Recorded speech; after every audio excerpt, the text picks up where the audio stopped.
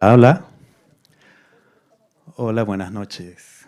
Qué lindo estar aquí de vuelta. Quisiera dar la bienvenida a todas, todos y todes los participantes del PEI y los participantes del PEI-UBER que están reunidos aquí esta noche. Quisiera dar una particular gracias a los y les compañeros que vinieron a presentar sus ideas, a entrar en diálogo aquí con nosotros desde el día miércoles. Achille, que vino, después estuvimos Elvira y yo, hoy Kader, Sara y Françoise, Emily, Yacir a la distancia.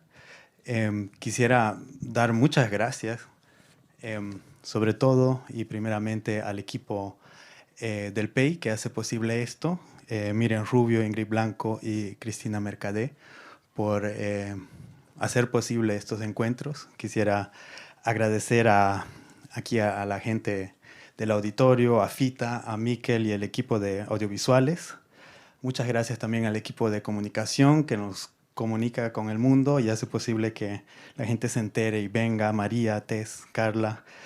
Además de algo que creo que siempre es muy importante, agradecer a las personas que hacen posible que nuestros invitados, nuestras invitadas anglohablantes puedan ser entendidas gracias a la traducción, en ese caso a Silvia Palá, a Adrià Frank y a Susana Bardiola. Muchísimas gracias por hacer accesible todo este conocimiento para nosotros aquí en sala. Pues bienvenidos al tercer día de ¿Dónde están los oasis? Nuestro primer PUBERT. Y no quiero alargar mucho la introducción. Ya no sé si se dieron cuenta, estamos sucesivamente desafiando su paciencia y su estamina, comenzando con un presentador, después con dos, hoy son tres, así que el tiempo se va recortando, también de presencia de cada uno, así que no voy a decir mucho más. El tercer día, ya saben dónde están los oasis PUBER. Con nosotros hoy Kader Attia, Sara Nuttall y Françoise Vergès. Quisiera dar la bienvenida primero a mi compañero codirector del PEI, Kader Attia, que nos va a hablar sobre la individuación colectiva. Kader, muchas gracias y bienvenido. Gracias. Muchísimas gracias, Max. Y voy a prender esto. Y agradecer son una cosa muy importante. Entonces yo también tengo unas pequeñas palabras para todos, pero particularmente para la directora del Macba, Elvira Diangani, y su fantástico pensamiento de reinventar nuestra percepción de las herramientas institucionales. Con ella acabo de hablar Max, Jorge Inderer, con el cual comparto no solo una amistad y una curiosidad intelectual y cocinal, diría, pero también el placer de organizar para esos casi 2 años el programa del PEI. Agradezco, de hecho, también a las maravillosas María Berrios, que trabaja con Elvira y nosotros a este PEI, entre todas las otras cosas que se cargan en el Macba, pero también al equipo Miriam, Ingrid, Cristina y todo el equipo técnico que están aquí, que nos permite de disfrutar esos maravillosos momentos.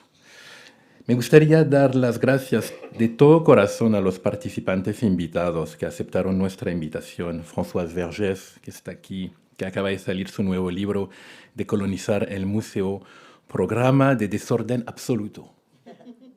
Eso va a Achille Bembe, por supuesto, que el primer día, con una lectura inaugural y desde su nuevo libro, La Comunidad de la Tierra, nos dio el nivel de exigencia que tenemos que perseguir para reconstruir y diría reparar una comunidad de la Tierra más que herida. También quiero agradecer a Sara Nuttall, que escucharemos hoy a propósito de un tema que me toca muchísimo por su complejidad política, ética y ecológica, el agua. Quiero también agradecer el grupo, por supuesto, del PEI, con los cuales dialogaremos más y más. Tanto cada miembro de este grupo tiene su historia interesante que contar de una perspectiva práctica y teórica. Mañana, de hecho, abriremos la primera sesión de la colonia Nomad, cuya presencia en el PEI es una segunda aparición desde la de Utrecht en Holanda. A esta tendremos el placer de compartir con la cooperativa Periferia Cimarronas y con Achille Mbembe a las 4 de la tarde en el Ateneo de Raval. De hecho, también quería agradecer y saludar a Cimarronas y Quillos y Silvia Albert, que son las dos personas que encontré hasta ahora. Sé que hay otras con las cuales estamos trabajando para este taller.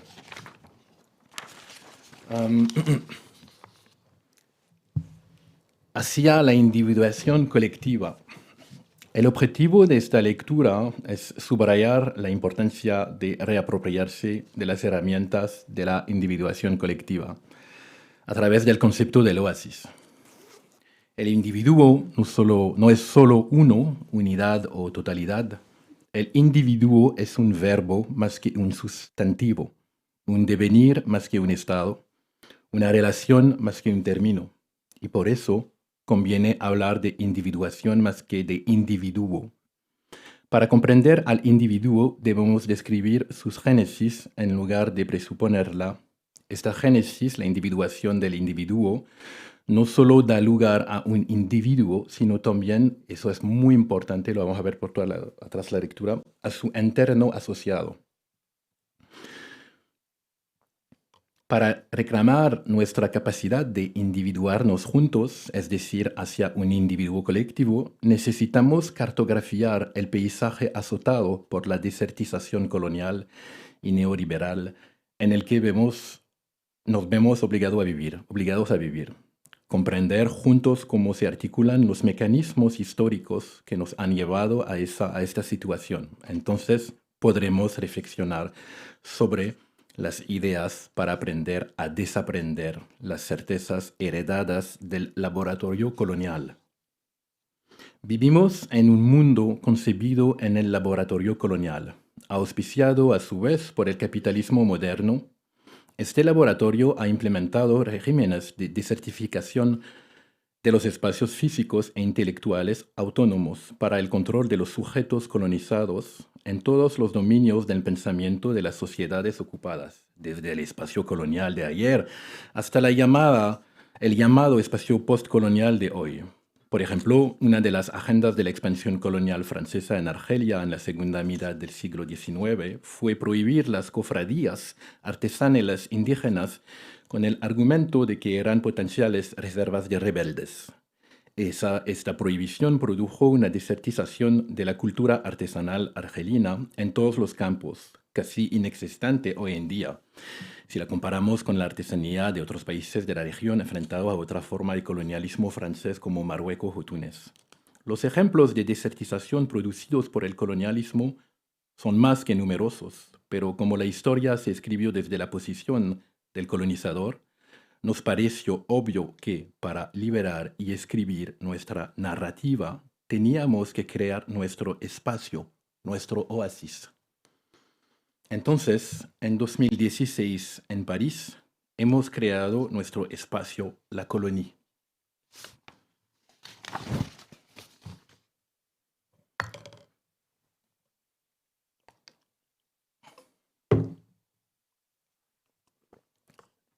La colonie rayada, un lugar de intercambio de saberes y habilidades vitales para intentar reorientar el discurso y la mirada confiscados durante mucho tiempo por la gobernanza de los pseudo-vencedores.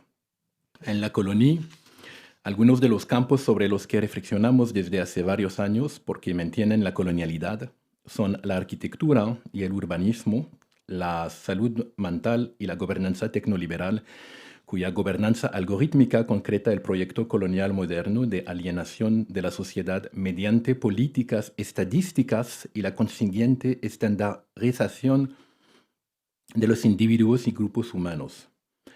Considerando, como explica muy bien el filósofo francés Bernard Stiegler en su libro La sociedad automática, que antes de ser un pensamiento, todo pensamiento fue una vez un sueño nocturno o un sueño diurno, una ensoñación. El reto del oasis del que vamos a hablar hoy es sin duda el de reapropiarnos de nuestras capacidades para producir juntos el pensamiento a partir de nuestros sueños individuales. Puesto que soñar juntos es una de las grandes apuestas de la lucha contra los regímenes políticos totalitarios, cualesquiera que sean, que impiden soñar a sus súbditos imponiéndoles su sueño individualista, el colonialismo no es una excepción a esta regla.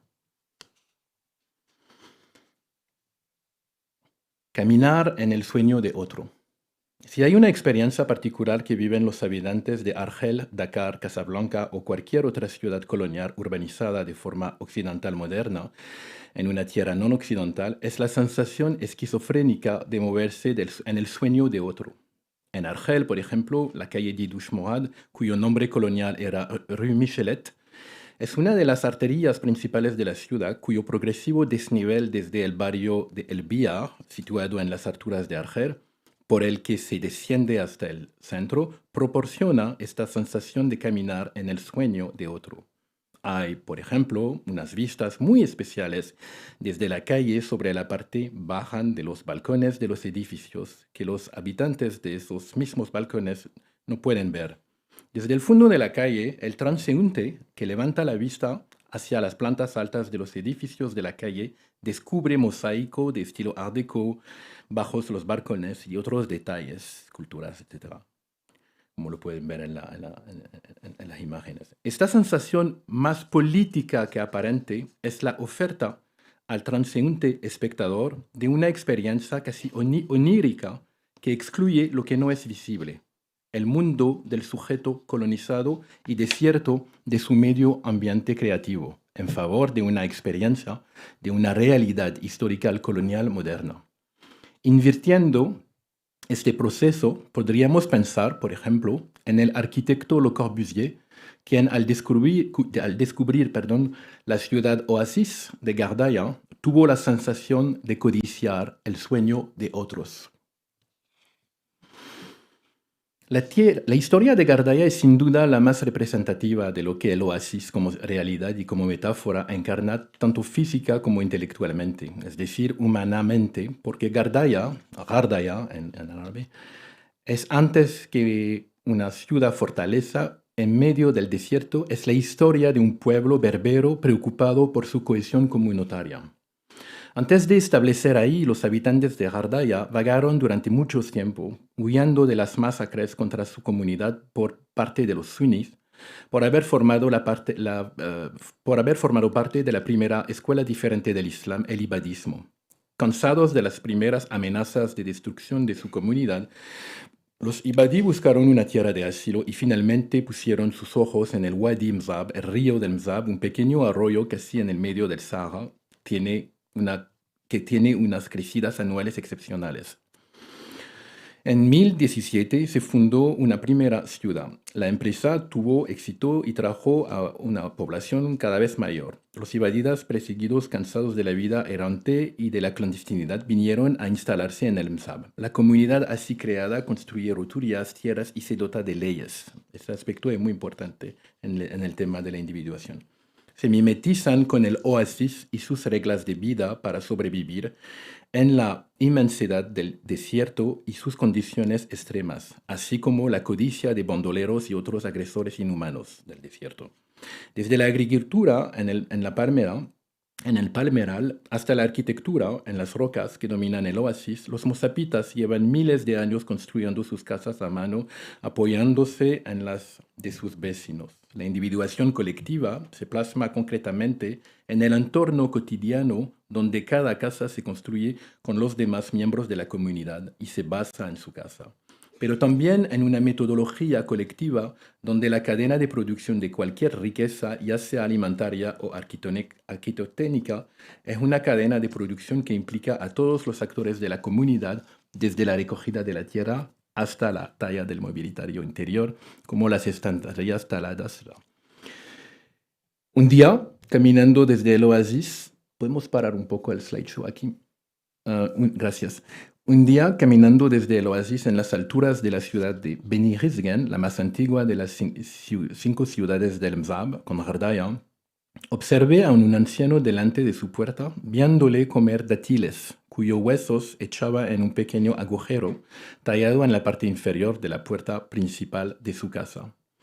Yo había observado anteriormente este pequeño agujero al pie de todas las casas de la ciudad, así que le pregunté por qué todas las casas del Gardaya tienen este pequeño agujero. Bueno, él se bromó de mí y me dijo, pues para tirar los dátiles. Y me contestó sonriendo. Yo le contesté pensando que se burlaba y podrías poner una papelera a la entrada. Entonces me dijo, joven, deberías saber que en todas las casas mozabitas siempre ha habido leche fresca por la mañana. Porque casi todas las casas tienen una cabra que generalmente duerme debajo de las escaleras que dan a la terraza. Para alimentarse, las cabras iban todas las mañanas al palmeral a pastar durante todo el día. La cabra es un animal que cuando lo has acompañado durante una semana al mismo lugar para pastar, sabe encontrar el camino de vuelta a casa. Así que al final del día, las cabras de los habitantes del pueblo volvían a casa solas sin pastor. Para nosotros, al arrojar estos huesos de dátiles en este pequeño agujero, cada casa mozabita daba la oportunidad a la cabra que lo descubriría al pasar de crujir estos huesos de dátiles a los que es aficionada y que además dan una leche muy perfumada con el sabor a dátiles. Nada se desperdicia cuando se vive en el medio del desierto. Todo es rico y sobre todo no somos capaces de sobrevivir solos. La arquitectura vernácula de tierra de los desiertos algerinos, malienses, nigerianos, marroquíes y otros siempre ha sido una obra colectiva. Pero Gardaya, con sus 5 oasis casi en el medio del desierto, tuvo que estructurar la distribución de la riqueza para fortalecer la comunidad. Fue el caso de la ingeniosa construcción de presas y canales que permitieron durante siglos una separación equitativa para cada habitante del agua del Mzab, que solo se desborda una vez al año. Podemos continuar ahora. La estructura social de supervivencia alimentaria y producción de arquitectura de tierra se rompió en parte con el colonialismo que impuso el dogma de la construcción moderna. A pesar de ello, hasta el día de hoy, la construcción en los oasis de Gardaya debe ser el resultado de un diálogo comunitario basado en las normas y leyes de la comunidad de Gardaya. Pero hubo muchos cambios, de hecho, por la venida en particular de Le Corbusier. La visión que Le Corbusier tendrá de ella, tanto de la sociedad como de estas construcciones puras ingeniosas, será la de un depredador que, incapaz de imponer a su sueño moderno, como se hizo en Argel y en otras ciudades coloniales no occidentales, será la de un codicioso. A la vuelta de su gran viaje a Gardaya en 1931, Le Corbusier nutriría su manifiesto más importante, la Carta de Atenas, con varios principios directamente inspirados en el saber mozárabe. Al igual que Picasso o Braque con las artes antiguas de África, los arquitectos modernos, como el mexicano Luis Barragán, también poca gente lo sabe, pero Luis Barragán estaba en París al principio de los 30 cuando Le Corbusier regresó de Gardaya y se frecuentaron durante 3 años. Por ejemplo, vamos a parar un poco el slideshow. No puse fotografías del trabajo de Barragán, que me gusta mucho, pero hay una similitud increíble con la arquitectura mozávita también. Como el mexicano Luis Barragán, que frecuentaba Le Corbusier en París en su regreso de Argelia y cuyo estilo se parece muchísimo a la de Gardaya hasta el Congreso Internacional, y eso es lo que nos interesa hoy de arquitectura moderna. Han construido las modernas ciudades europeas inspirándose en parte en el saber ancestral de ciudades como Gardaya, pero vaciándola de su humanidad y continuando la desertización de la individuación colectiva. Si ustedes se recuerdan de las imágenes que hemos visto ahora, hay un momento que o sea, la gente tiene que entender, o sea, que no nos damos cuenta del impacto que hubo o sea, la dimensión colectiva de la urbanización mozárabita a Le Corbusier y que la transformó verticalmente. O sea, hay una conferencia de Le Corbusier en Harvard en la cual dice, ma cité radieuse es una Bénisgen vertical. Y yo creo que esa distorsión del interno es una cosa que tiene que ver mucho con, o sea, lo vamos a ver después, con la importancia del medio ambiente, o sea, del ámbito en la modernidad como herramienta de manipulación de la masa y del sujeto y de transformación de esto. Entonces lo que es interesante también, y se puede notar en la comparación de los planos de urbanización coloniales, que son rectángulos, que son paralelos, y la estructura de la ciudad tradicional, como me dijo el arquitecto libanés Youssef Tomé, que la arquitectura premoderna jamás tiene una casa que se puede, o sea, que existe sin apoyarse a la del vecino. Entonces, esto ha dado lugar a urbanizaciones en las que, irónicamente, en el norte, son las poblaciones de las colonias las que han acabado viviendo en ellas, o más bien siendo hacinadas en ellas. La política concentracionista y de desertización fue la herramienta y el arma de control de masa de la modernidad y el colonialismo, como lo acabo de decir.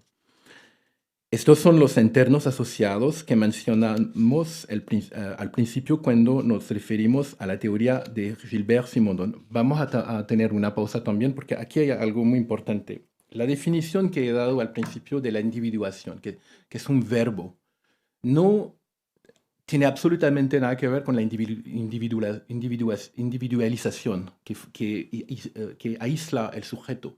La individuación es un proceso técnico, podríamos decir, del sujeto que cree su interno. Y de hecho, creando su interno, crea una relación de interdependencia con este interno.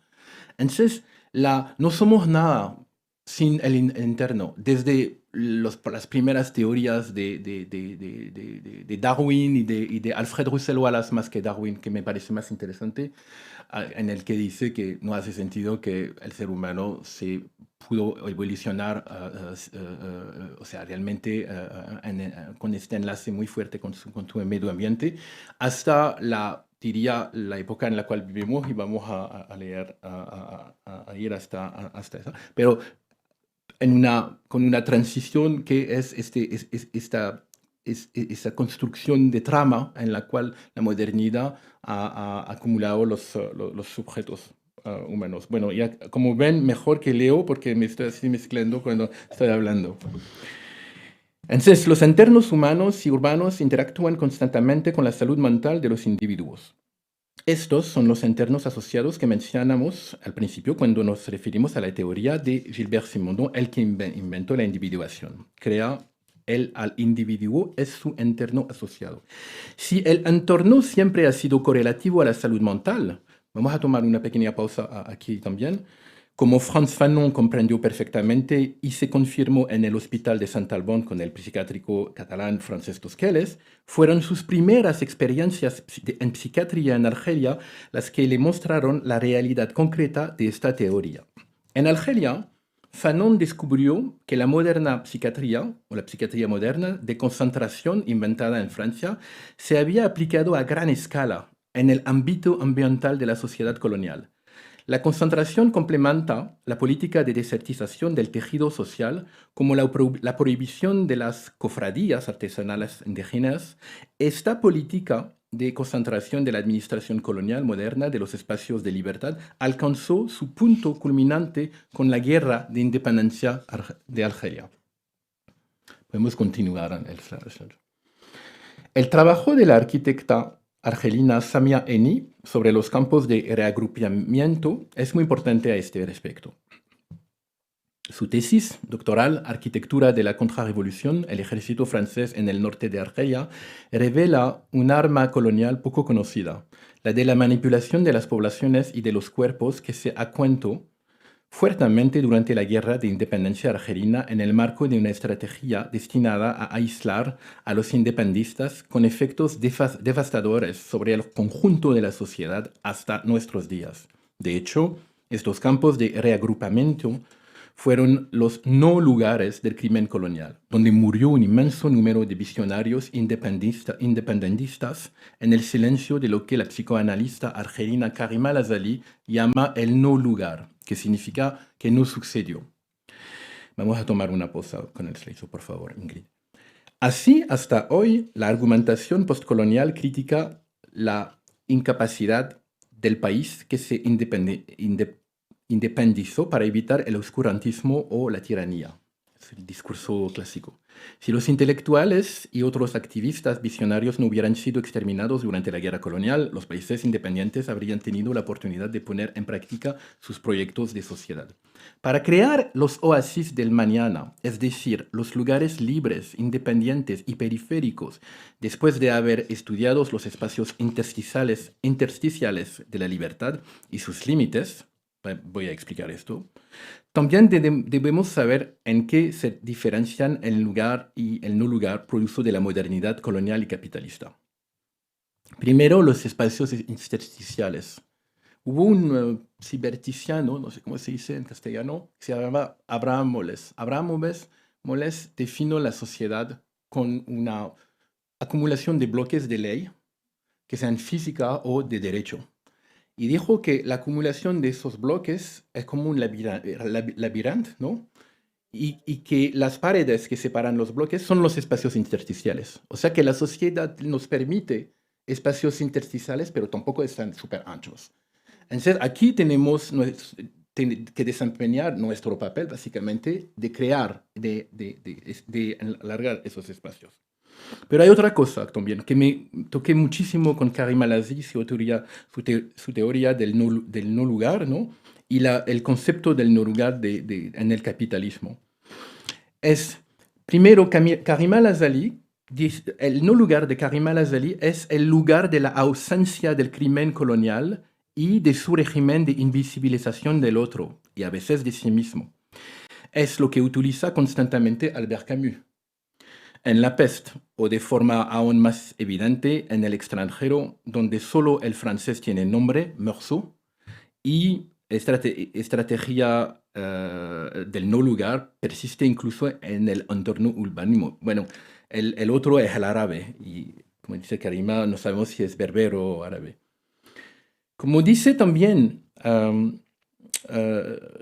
esta estrategia del no lugar persiste incluso en el entorno urbano actual a través de plazas, calles y monumentos.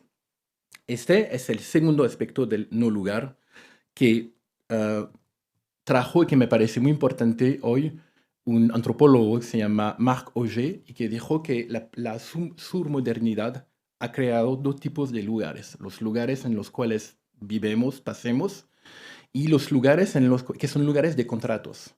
Las estaciones, los aeropuertos, los lugares en los cuales hay que pagar para pasar. Y para él, esos son los lugares también. Y como dice un otro psicoanalista con el cual trabajo, que se llama Fethi Ben Slama, en la película Reflejo de la Memoria, pero estas calles evocan nombres, convocan rostros. Estos nombres de viajeros a sueldo de régimen coloniales, soldados, genocidas o traficantes de esclavos adornan las calles y plazas del entorno occidental de la manera más normal. Igual que sus retratos adornan las paredes de los museos occidentales para ocupar los espacios ambientales de un único discurso posible, el que decide quién decide, el capitalismo. Pues para el antropólogo Marc Auger, la diferencia entre, de nuevo, los lugares y los no lugares que se despliega la supermodernidad actual es su inherencia al capitalismo individualizador.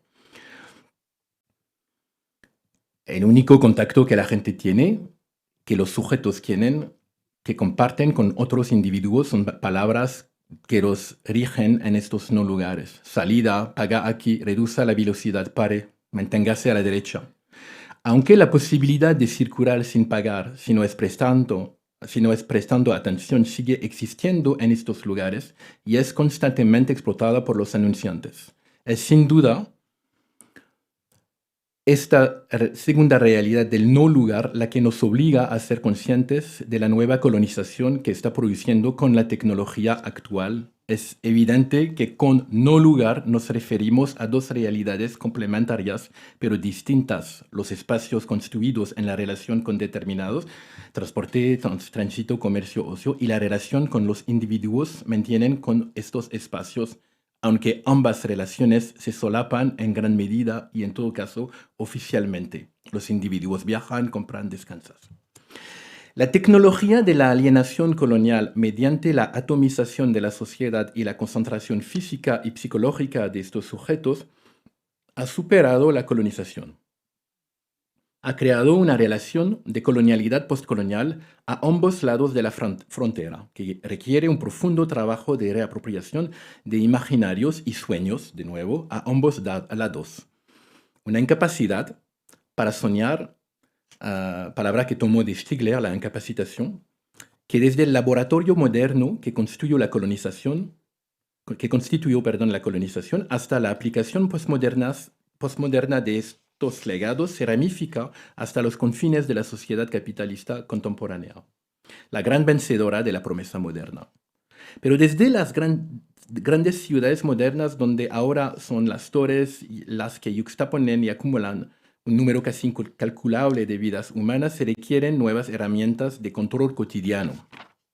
Porque además de asignarnos en ciudades superpobladas, la modernidad colonial capitalista no solo ha reducido nuestro espacio vital, sino que se ha apoderado de nuestro tiempo cotidiano, hablando de lo que estaba diciendo ayer Elvira, de la importancia del cotidiano en la relación con qué es un museo.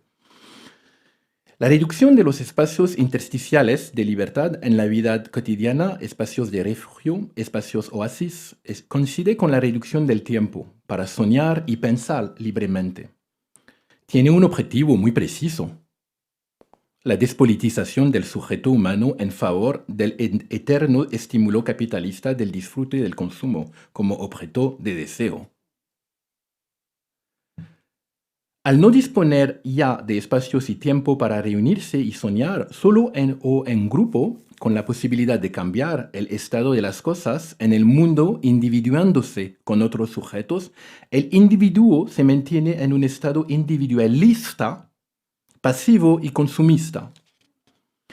Antes del advenimiento de la sociedad de la información que vivimos, este proceso de control de las masas para evitar que se rebelen se desarrolló en el laboratorio colonial a ambos lados de la frontera, como le dije, que separa a los colonizadores de los colonizados. Pero, por razones culturales, sociales e ideológicas, el impacto en las sociedades colonizadas fue mucho más traumático. Los colonizados se vieron obligados a asistir al hundimiento de su mundo, a la desaparición de su cuerpo comunitario, en el del nombre de sus antepasados. La supresión del nombre apellido, por ejemplo, está vinculada en el caso de Argelia a la supresión del territorio, ya que la tierra y las familias que la habitaban llevaban el mismo nombre. Eso es una cosa que conozco yo también. Cuando mi padre me muestra el pequeño pedazo de tierra que tiene, nombra el nombre de la familia. Impactos en territorio. Para la psicoanalista algerina Karima Lazali, el asesinato colonial mediante la supresión del nombre se ilustra magistralmente en la novela de Albert Camus, de nuevo, donde el nativo, a diferencia del asesino morso, no tiene nombre. Es el árabe, el extranjero. No importa que sea árabe, berbero, kabila, mozapita o tuareg. Se autoriza el asesinato en ausencia de nombre, que resulta bien del borrado puro y simple, bien de lo que Lazali llama la mutilación del nombre por los millones de nombres transformados por la administración colonial.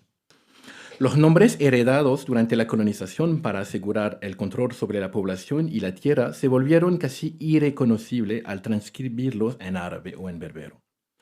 Esto se debe a que el Estado civil algerino seguía remitiendo a los códigos de transcripción impuestos por la administración colonial, es decir, a lo que había hecho que el lugar de filiación no fuera una cuestión en el sentido de no se produjo. De ahí la actual negación por parte de Francia, que nunca ha tenido el valor de hacer un gesto significativo. Muchos argelinos han experimentado así la persistencia del nombre mutilado muchos años después de la independencia. Los nombres originales no han podido recuperarse en el registro civil, salvo a causa de pesados procedimientos judiciales. Pero el control de los individuos por su nombre no es solo el del borrado de la invisibilidad. Es por paradójico que parezca su contrario. Hoy en día,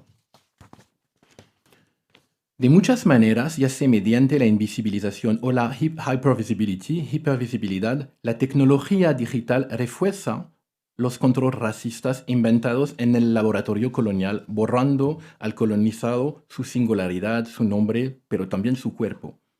Esto puede verse como un signo de la desmaterialización que preside la constitución de estas comunidades sin cuerpo.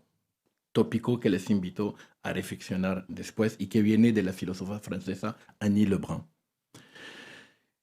Roa Benjamin, la sociologista estadounidense, autor del libro Race After Technology, explica al principio cómo el nombre forma parte de la administración cotidiana del racismo del imperio. Todos los años imparto un curso universitario sobre raza y racismo y suelo empezar con un ejercicio. ¿Qué es un nombre? ¿Qué suposiciones crees que hace la gente sobre ti basándose en tu nombre? ¿Son elegidas o impuestas? Desde patrones íntimos en las relaciones románticas hasta tendencias a gran escala en el empleo, nuestros nombres pueden abrir o cerrar puertas. Como un cartel de bienvenida que invita a entrar o vamos a tomar una pausa con el slide, Ingrid, por favor. Desde patrones íntimos en las relaciones románticas hasta tendencias a gran escala en el empleo, nuestros nombres pueden abrir o cerrar puertas, como un cartel de bienvenida que invita a entrar o una máscara aterradora que repele y aleja. Lo que más nos pertenece también escapa a nuestro control. Estos prejuicios han alimentado con los datos de la inteligencia artificial lo que Roa Benjamin llama el código Jim Crow, es decir, el código digital inspirado en lo que sistematizó el racismo contra los negros en Estados Unidos. El funcionamiento de la gobernanza algorítmica, especialmente en el sistema judicial, con algoritmos que son los jueces digitales, de los que quizás podemos ver y pararnos a esta, sí. El funcionamiento de la gobernanza algorítmica, especialmente en el sistema judicial con algoritmos que son jueces digitales. Estoy pensando en un software que se llama Compass, que creo lo han prohibido ahora, pero que fue devastador realmente por la comunidad negra en Estados Unidos. Y también, o sea, racializada también. El funcionamiento de la gobernanza algorítmica, especialmente en el sistema judicial con algoritmos, que son los jueces digitales de los juicios por delitos comunes, se basa en estos datos racistas, llegando a veces a detener a personas cuyo algoritmo predijo que cometerían un delito. O sea, pero hay más. Con la particularidad del capitalismo moderno, podemos seguir las slides, es su expansión, inventa nuevos mercados, del mismo modo que fue el motor de la esclavitud moderna y la expansión del colonialismo. Es fundamental entender que el reto actual de la gobernanza algorítmica basada en la estadística es expandirse hacia territorios que hasta hoy no percibíamos. Se trata de los territorios invisibles del comportamiento y de lo que le precede, es decir, la intuición. O sea, para hacerlo muy corto, ni siquiera por ejemplo, lo que Shoshana Zuboff habla de surveillance, funciona o anticipa lo que usted va a pensar, pero la intuición de lo que usted va a pensar.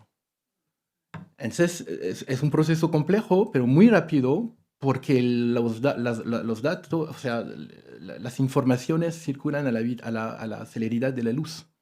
Y entonces son cosas que tenemos que conocer, como preguntaba esa persona hace 2 días. El objetivo es recoger constantemente sus huellas y convertirlas en datos digitales, con el fin de predecir mediante la correlación estadística y vender así nuestro comportamiento futuro. En 2006, Google registró la patente de un algoritmo que recoge rastros de nuestro comportamiento para alimentar algoritmos predictivos, la máquina de learning machine, la máquina de aprendizaje. Se llama User Profile Information, que es un algoritmo de datos, rendimiento, que recoge indefinidamente todos nuestros comportamientos y las huellas que dejamos de nuestras conductas cognitivas, estamos en la intuición, en forma de datos que restituye virtualmente como un doble de nosotros mismos y especula económica y políticamente sobre nuestra actividad futura. De lo que Google se apropia aquí es del territorio inconmensurable de la mente mediante la recompilación de datos sobre el comportamiento en detrimento de todas las leyes y normas éticas relativas a esta apropiación, ya que el aparato legislativo no está equipado para impedirlo. Mantenida en el estado de hecho, la extracción capitalista de los datos comportamentales de cada ser vivo nunca será perturbada mientras no se haya producido el despertar a través de la individuación colectiva de los sujetos ontológicos que somos y por lo tanto no nos permitiría pasar del estado de hecho al estado de derecho, a trabajar juntos para inventar las leyes. Lo que estaba tratando de decir ayer, que no tenemos el vocabulario, por supuesto, las herramientas podrían ser las leyes. Esta extracción masiva y desregulada de nuestras huellas para que se puedan redactar las leyes que pongan fin a esta colonización de nuestra capacidad de individuarnos. Sara Nuttall, en su libro La era del capitalismo de vigilancia, establece un paralelismo entre el descubrimiento de esos territorios que, con el pretexto de que eran invisibles, fueron adquiridos sin impugnación legal y el mito del descubrimiento de América por Cristóbal Colón. Un mundo que existía mucho antes de que llegaran los invasores y que no respondía legalmente a las leyes de sus países de origen, lo que les permitió dar por sentado que podían cometer los peores horrores con impunidad. Y así lo hicieron. El hecho de que estos territorios de la mente sean ahora invisibles para la mayoría de los seres humanos es una cuestión de nuestra ignorancia, que es mantenida por los gigantes tecnológicos para que demos por sentado que los crímenes que cometen no lo son, bajo el dominio del capitalismo de la vigilancia. Los individuos no entregan su experiencia por elección u obligación, sino por ignorancia de la gravedad de la misma. Nuestro progreso en la vida nos lleva necesariamente por los campos de los digital, lugares, o más bien no lugares, puestos que pagamos con nuestra atención, porque la atención es una moneda también, donde ya no podemos escapar a la restitución involuntaria. No queda mucho de nuestro derecho a saber, ni a decidir quién sabe, ni a decidir quién decide.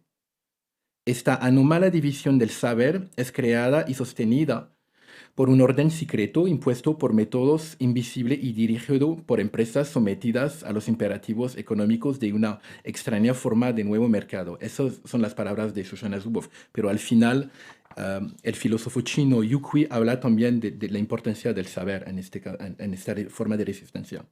Los capitalistas de la vigilancia imponen su voluntad entre bastidores, mientras los actores entonan las estilizadas nanas de la divulgación y el acuerdo. Para el público en general, el imperativo de la predicción transforma los objetos que tenemos en objetos que nos poseen, con el objetivo de convertir la diversidad y la riqueza de nuestro mundo, nuestros hogares, nuestros cuerpos, en objetos actuando para sus cálculos e invenciones en el camino hacia el beneficio. El imperativo de la predicción, el proceso de extraer datos y de predir los datos, se ha convertido en una prioridad tal que las máquinas de aprendizaje que predicen nuestro comportamiento futuro son cada vez más poderosas y por tanto cada vez más invisibles. Esto las hace cada vez más peligrosas. Lo que empezó siendo el potencial oasis de la tecnología digital, incluida la libertad del software, el código abierto y el dominio público, eso fue al final de los 90, se ha convertido en una propiedad de grupos financieros que han creado los gigantes tecnológicos que hoy conocemos. Esta codicia ha sido el resquicio por el que la tecnología digital ha sido contaminada por el capitalismo extractivo y despilfarrador, inspirado en el colonialismo y su conquista de nuevos mercados. El resultado es un sistema en bucle entre capitalismo y tecnología. El capitalismo nos divide colonizándonos y la tecnología nos coloniza dividiéndonos, individualizándonos. Porque si el colonialismo ha sido responsable del borrado de las identidades individuales y colectivas a través de la concentración, la transformación e incluso la supresión de los nombres, los orígenes y los lazos de pertenencia a la comunidad originaria a través de la tierra y la cultura siempre ha sido el laboratorio de la modernidad tecnológica.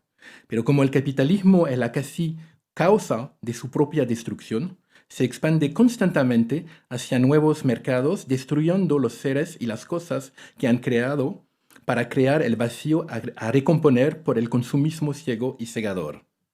Ahora nos vende la reparación de los crímenes de ayer, del colonialismo y de la esclavitud a la luz de los nuevos mercados de la diversidad. ¿Y cómo? Personalizando nuestra relación con el consumo. En los lugares de hoy ya no pagamos en dinero constantemente y sonante, sino en datos atencionales. Por todas partes, el uso de herramientas tecnológicas, smartphone, ordenador, que se dirigen a nosotros, lo hacen por nuestro nombre de pila. La personalización del sujeto, sea cual sea su sexo, cultura, religión o racialización, es una alienación social formidable. La gobernanza algorítmica vende la personalización de nuestras relaciones con el mundo como algo que nos une a los demás, algo que nos individualiza, cuando en realidad tiene un propósito totalmente distinto, el de perfeccionar los rendimientos de la recolección de datos para el mercado de datos en rápida expansión. Pero para cosechar hay que sembrar, y por muy destructivamente violentas que hayan sido las semillas tóxicas utilizadas por el capitalismo, al igual que los inmensos daños ecológicos generados por la toxicidad de las semillas agrícolas y de la extracción masiva. Y estoy aquí pensando a la charla de Achille, cuando dijo que hay dos tierras, o sea que ya se está creando una otra tierra, que es esa tierra tecnológica, pero usando los mismos procesos tóxicos, ¿no? Ha sido las semillas tóxicas utilizadas por el capitalismo, al igual que los inmensos daños ecológicos generados por la toxicidad de las semillas agrícolas y la extracción masiva y agotadora de los suelos. La gubernamentalidad algorítmica siembra a diarios estímulos de toxicidad intelectual en las mentes humanas, los que contribuyen, entre otras cosas, a despolitizar a los sujetos humanos. Para lograrlo, su estrategia es la individualización de los sujetos gregarios que somos a través de la personalización, como muy bien explica Shoshana Zuboff. La personalización, de hecho, crea individualización. Y terminaré con esto. La invasión de las profundidades del ser humano por parte de la máquina continúa hoy en día bajo la bandera de la personalización. Es un slogan que traiciona el cínico entusiasmo que los capitalistas de la vigilancia aportan al siniestro reto de explotar las necesidades y ansiedades de la segunda modernidad en aras de enormes beneficios. Desde la perspectiva del imperativo predictivo, la personalización es un medio de individualizar las operaciones de suministro con el fin de garantizar un flujo continuo de excedentes de comportamiento desde las profundidades del sujeto. Este proceso solo puede llevarse a cabo con éxito porque tenemos un apetito continuo de reconocimiento, aprecio y sobre todo apoyo.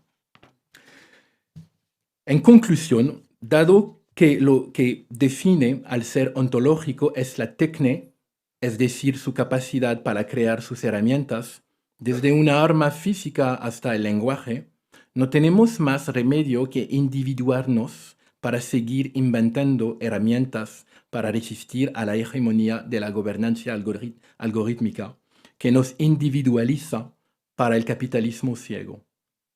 La sociedad nunca se ha estructurado de forma individual, Si no, como dice el filósofo chino Yukui, nos habrían devorado los tigres. Él es autor de un artículo que me influyó muchísimo en esta charla, que se llama Collective Individuation, a New Theoretical Foundation for Social Network. Estas herramientas son inherentes a nuestro ser, son su extensión artificial, porque la inteligencia siempre ha sido artificial. No es nuevo no nació con la tecnología digital. El lenguaje, por ejemplo, es una inteligencia artificial que ha evolucionado aprendiendo de los cambios de civilización que producen constantemente nuevos conceptos, a los que Yukui añade, la resistencia del sistema más profundo es el conocimiento.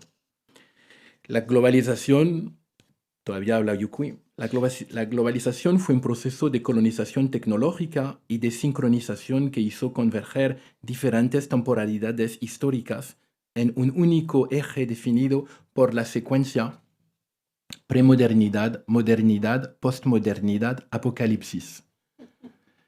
¿Qué aportes? Él termina por una pregunta que me parece muy importante para nosotros. ¿Qué aportes podría hacer una cosmovisión amazónica, confuciana o maya que nos permite desviarnos de este eje temporal global sin que esto implique caer en el tradicionalismo? Muchas gracias.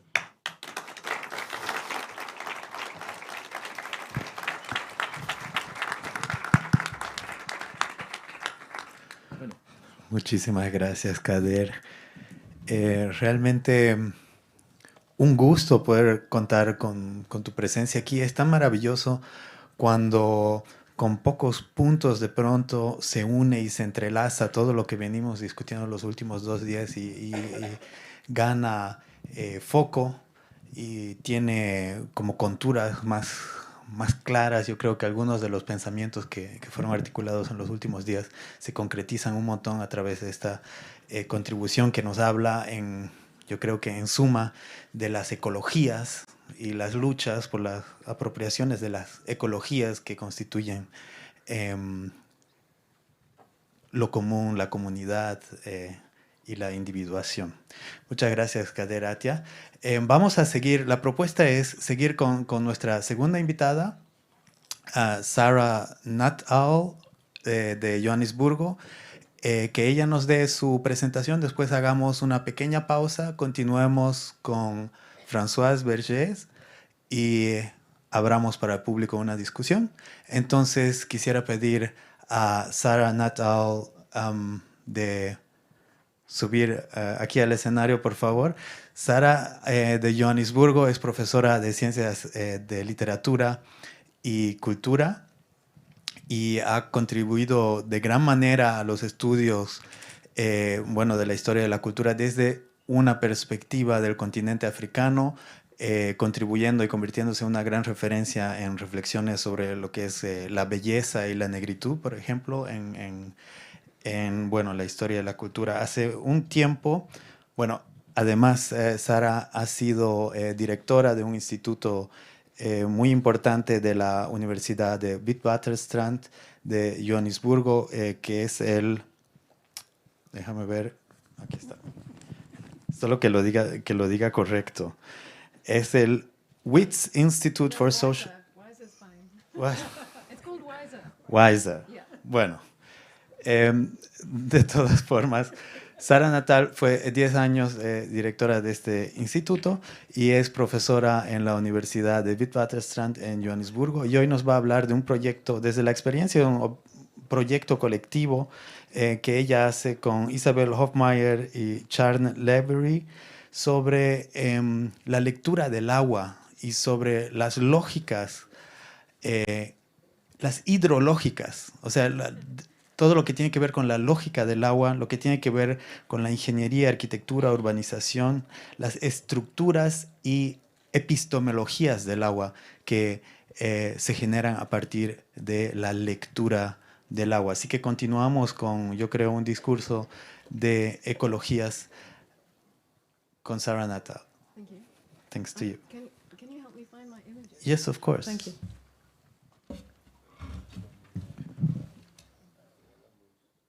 Podemos iniciar la presentación. I think I can just do it like this, right? Yeah, Yes. Yeah, I think it'll be all right. All right. Okay. Thank you very much. Thank you very much. Bienvenida, Sara Nuttall. Thank you. Thank you. Thanks so much to our hosts, not only for hosting us, but also for the question you ask of us. Where is the OASES? Where are the OASES? I think it's a fantastic question. And I know you'll be debating it all year, I think. I think even the sound of the word oasis makes us think quite painfully, I think, for a place, even a string of moments in what I've been calling our current multi-crisis that could constitute a critical political imaginative replenishment or some kind of resurgence streams, I think, from which we could regrow. So thank you for the question, Elvira and colleagues. I think it's a brilliant question. I'm going to talk this evening in the registers of the wet and the dry, actually. And I'm also going to stay with the water, and sometimes with its obverse waterlessness, to some extent akin to Donna Haraway's sense of staying with the trouble. Staying with the trouble that we find ourselves in and finding a vocabulary within which to work in terms of living and dying, in this case in relation to water, in the larger scenario in relation to the planet itself. I think that the project of critical and political theory for quite a long time focused on the generation of big and sometimes quite abstract ideas. And in recent years, it's gradually moved towards a renewed understanding of matter, that which pushes against the privileging of human subjects as the only site of agency and history making. And somewhat controversially, particularly for people working in post-colonial studies, decolonial studies, and so on, this has included a focus on the object world as a kind of rejoinder to the subject world. On my reading now, emerging from, in part, critical oceanic studies, there's the opportunity to focus on the elemental as a medium and as a method. I think that's coming to the fore. From my corner of the world, this is, as I say, come out of oceanic humanities work, particularly on the Indian Ocean, and I think there's a strong conversation to be had that is not the Atlantic paradigm, is the Indian Ocean paradigm. And I actually wanted to acknowledge the work that Françoise Vergès did very early on writing on water, Françoise, and also to thank you for work that we did together with Abdulmalik Simone on the what we were calling then the African South Indian Ocean. And I don't know why we didn't publish it. It got lost in a Cadestria report or something. We should have. So to acknowledge that early work by Françoise, but also important work by a scholar called Melody Jue, Jue, on elemental media, on how we might submerge our concepts and take our analysis sometimes below the waterline. And I think that this is a really fruitful way of thinking, including trying to understand how colonialism works via a concept of hydrocolonialism that has developed through the work of my colleague Isabel Hofmeyr, but has been extended through my own work on what I'm calling pluviality, which is rain that causes flooding. So I'm very embedded in a collaborative project, coming out of work done by researchers at OASES, intergenerational researchers from many different backgrounds across Southern and Central Africa, working at the Institute. And we've called that project Reading for Water. It is with Isabel Hofmeyr and Sean Lavery, but it was convened as a special issue initially in interventions, and because so many people read it around the world and are using it, which has been really thrilling, it's becoming a book which will come out very soon, and the idea of the elemental has been very important to us. So I think that working with wet and dry, oasis and desert, water, flooding and drought are embedded in the questions of the political as it's emerging from the world now, and can contribute to the wider stakes of the discussion here tonight, and actually as it's unfolded since Wednesday evening. I still have some trepidation about taking oasis more literally than you have. It reminds me of a school exam once when we were told to write an essay on when the cat is away, the mice come out to play, and I think I took it literally, and I always was very embarrassed, but I think I passed that exam, so we'll see if it works tonight. How can we find a vocabulary then for an escalating crisis of world ecologies in relation to, I guess, the international system of nation states from which so much political history and theory has derived itself? Is a very complex issue. And how we might focus on the Earth as a living organism and not just a giant accelerating human-driven machine, and hence on its materialities as such. So one of my opening comments then is oases, not enclaves, are very difficult to find, which is why the question you ask, where are the oases, is such an electric and an urgent one. In other words, how can we put oases as spaces of small shared abundance against enclaves as isolated practices of offshoring for a privileged few in a manner that amplifies and strengthens those oases. Those enclaves, of course, are barricaded against the so-called outside of the social as such, as well as wider struggles for climate justice increasingly emerging from within that social. These questions are also questions about institutions, as Elvira has insistently put to us during this series. And actually, I'm going to return to them towards the end of my talk. I'm going to talk about institutions and oases. So one of the things that this escalating crisis of world ecologies forces us to contend with is that neither oases nor enclaves can contain the damage already done. But I think that if we're able to infuse our critical vocabularies and epistemologies with more materially specific dimensions to the problems we face. And I do want to hold that against critical theory sometimes in its continuing iterations. I think that we need to bring to them the material dimensions of the problems we face, as well as with a much more capacious set of archives from which we collectively draw. And I think many of us are saying that. And we really have to expand the archives that we use to create more egalitarian epistemologies. Otherwise, the whole thing is stuck. And you can't believe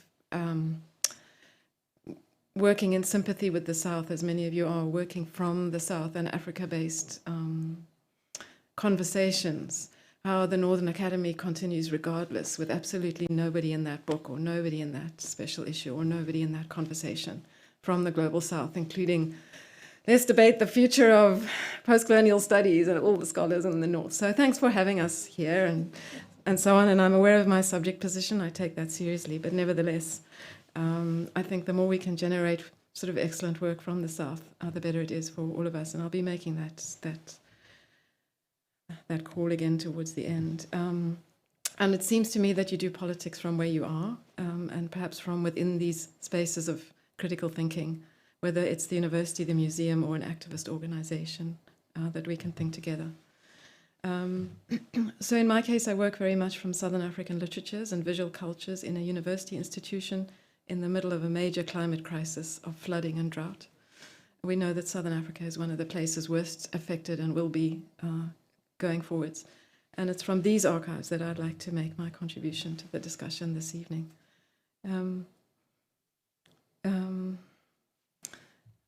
So what I want to do is to discuss 3 scenes from literary and art archives that I've been working with in these contexts. And here are 2 quick points to make before I move into the analysis. It's really struck me if in earlier times of major transformation and crisis, if we think of the aftermath of the Second World War, for example, or in the late years of the anti-apartheid struggle, which was really, I think, in many ways the first global political struggle, art and literature were actually talking to each other. In fact, they were in deep conversation. And my session next week will be on the essay film, Deleuze's third cinema, etc. They were in deep conversation, in fact. And why is this the case so little today? I mean, art and literature are just not in conversation. And in many sense, literature's fallen off, I think, the edge of the critical conversation. And the second thing is that while I've often found myself speaking in those more abstracted realms of critical theory, my very, very strong intuition and impetus now is to go back to a practice of close rereading, looking again at novels and artworks, in fact, to try to see the kind of very local and materialities of wetness and dryness. It might mean that I'm harder to follow for the next 20 minutes, and I'm sorry about that. It'll require a certain kind of listening, but my paper is available if you'd prefer to read it. So I'm going to turn first to a novel that has often been taken as one of the key texts of postcolonial studies, so I do that deliberately. It's a novel called The Life and Times of Michael Kay. It was published in 1983, towards the end of the apartheid era, well, 10 years out, essentially. And I'm actually going to do what no other critic, and this is a massive critical industry around this writer, has noticed. I'm going to read it for water and rain and drought. In fact, the first 39 pages of the novel, it rains. Nobody's ever noticed that and said anything about it anyway. It's generally read for its dramatization of the problems, of how the individual should be situated in relation to history, problems of appropriation of another person's story, and the force and the eventual dissolution of political allegory. So Michael Kay, who is a man of colour and part of the precariat on the margins of a segregated city, has left his life as a gardener for the city of Cape Town. In fact, he's just lost his job, and pushed his mother in a makeshift wheelbarrow into the hinterlands of the dry Karoo, a semi-desert area beyond Cape Town, to escape the carceral conditions of their life and to return to the location and better weather of his mother's birthplace. His mother, Anna Kay, you can hear the echoes of Kafka in these iterations of his characters, despite his efforts at making her a plastic apron and a canopy from a refuse bag, has died in the rain and cold on the escarpment, but also by implication of her life of extractive labor as a domestic worker in an apartment block called Côte d'Azur along the seafront in Cape Town. This is a novel that we could call, in some respects, an elemental novel. As I say, it rains for 39 pages, the beginning of that novel, and it has the kind of force of a structural condition. So in a way, it's a grand metaphor for colonialism itself. But the novel also works with elemental aspects, as we could call them now. Rain causes the death of his mother, but also the rain and the fine mist up on the escarpment above Cape Town enables Michael Kay to skirt some of the roadblocks in his attempt to get away from this pretty awful city.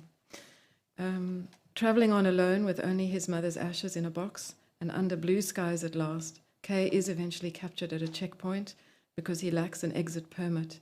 He's placed in a labour camp and put to work clearing undergrowth along a railway line. Heading away from the carceral conditions of his life in the city, and his mother's, in other words, he is again exposed and largely abandoned, an exposed and largely abandoned subject reduced to the labour he can provide in the near hinterland during what the author only calls a time of war, and this allows for an allegorical reading of this book as broadly a post-colonial novel. Escaping the camp under a fence and walking for days across semi-arid terrain in the Karoo, he sets up a makeshift shelter next to a dam on a ruined and abandoned farm and plants his 6 pumpkin seeds that he's kept in his pocket. If the novel situates its subject inside the supply chains of industrial labor regimes, it also considers the possibility of living for oneself, outside or in a more complex vein, living within these hinterland regimes. Kay attempts to exist, survive, and even minimally flourish obliquely to the regimes of involuntary labor imposed by colonialism and capitalism and apartheid, beyond the terms of camp life and outside the logics and the logistics of the carceral in this time of war. Crucial to Kay's project of escape from the terms of his multiple confinements are questions of wetness and dryness, pluviality, as I've called it in my work, and drought, in which rain or the lack of it can destroy not only life, but the smallest project of freedom. A minor engineer, he learns how to control the dry spinning of the dam pump wheel and restores a system of furrows that could irrigate just enough land near the dam to grow his vegetables. Next, he tackles the borehole, which has been pumped dry, yielding only a weak and intermittent trickle. It becomes his deepest wish to restore the flow of water from the earth, as he imagines an inner and inland sea, or a deep pool with no bottom beneath the ground. It is perhaps the waters of deep time, the fossil waters of the aquifers of the Karoo, that offer him not only water for food, but the most sustained mirror, a self-reflective, if submerged surface, rather than the still waters of the dam and the colonial novel, which depends still on those reflective surfaces of the dam. This is a point that we've made in our group on reading for water. But in fact, it must be minimized to a trickle, used and emptied out, surreptitious waters under cover of aridity, because increasingly he is surveyed from the air, not only from the ground, but from the air. And we should, of course, remember that these places we call desert-like are always subject to surveillance. You cannot disappear into nowhere at all. In an ongoing way in the far hinterland, he tries to live in the stony ground, taking up his work as a gardener, shepherding the earth in order to feed himself. But in truth, he's waiting for the army to forget him. Surely I can think of myself as lost, he muses. So as I say, the ex-farm begins to be subject to surveillance from both ground and air. And so this kind of elemental reading is very much atmospheric and has to do with rethinking the land of the post-colonial novel in terms of rain and drought, but also submergence, the deep waters of these very dry spaces. So he's captured again by a system that is intent on putting him back to work, but also extracting his story, which amounts to attributing to him a narrative that's not his own. When the medical officer attending to him, full of liberal hubris, in the prison hospital that he's confined to, describes Kay as a soul without history, he says, "You know, you're the last of your kind, a creature left over from an earlier age like the coelacanth." We might reflect that the coelacanth, I'm sorry I should have brought a picture, but it's an animal that lives both on land and sea. The coelacanth partakes of a highly complex temporality. At times of biotic crisis, this is an animal, Simon van Schalkwyk tells us in his work, that doesn't go extinct, but it disappears from the fossil record, sometimes for millions of years. Far from representing a long-lost concordant with the telos of modernity, van Schalkwyk writes, the coelacanth rather announces an alternative living present of an erased or concealed or vaporized indigeneity, one that continues alongside and in spite of settler colonial ruin. So in some respects, one could read this figure, Michael Kay, as a coelacanth, who lives not outside of time, but submerged within history in its most intense form, the time of war. And all of this, of course, is an allegory for how we might think indigeneity in these contexts of colonialism. You might be interested to know that in 1938, a coelacanth reappeared off the coast of the Chaluma River on the east coast of South Africa after 66 million years. Back at Sea Point, Cape Town, after his release from the prison hospital, Kay walks amongst the rocks, peering into the tidal pools, where he sees snails and anemones, quote, living lives of their own. Forced again into the role of vagrant or charity case, Kay longs to live a life of his own as the sea creatures do. Clearly close to death, he plans a new trip to the hinterlands with a teaspoon and a string in his pocket, which he will lower into the waters of the earth and live a life that belongs to him. In this complex, deeply psychic sense, the arid, dry hinterland becomes a sea space. Today, fracking wells lined by cement, targeting Karoo methane, trapped in shale, are discharging hundreds of waste chemicals into the shallow ground waters, as well as the deep formation waters, as scientists call them. Petrocapitalists are proceeding as if cement offers immunity to geological time, as Leslie Green puts it, and to the physics of flows between states of matter. Leslie Green adds that fracking cannot be managed by property law, for those of you interested in law, which at this point does not address biochemical flows. Instead, a fact that she puts to us, instead of a process of land redistribution in the aftermath of apartheid, what we have is toxic reparations. So the land that is inherited by the inheritors of that land, black South Africans, is in fact filled with toxic waters as we speak. Moreover, such is the long-term drought of the Karoo that any rain that now falls returns to the atmosphere, available to neither people nor plants. So Kay's attempts to survive outside of camp life and property relations in the Tillart Hills would today be impossible, even though this is a fictional story, as drought deepens into the disastrous desertification of catastrophic climate change. In the end, this is a novel which helps us to ask what exactly freedom is or might be, that great project of the late 20th century, the Freedom Project. What exactly would freedom be when we think about extreme material constraint, for example, in relation to water? Freedom needs water.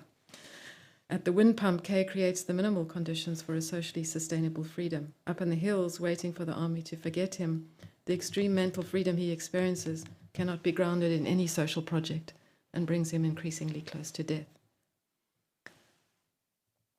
The first major, and this is the second intervention I want to make this evening, the first major retrospective exhibition of art by Black South African women artists took place at the Norval Foundation outside Cape Town in 2022.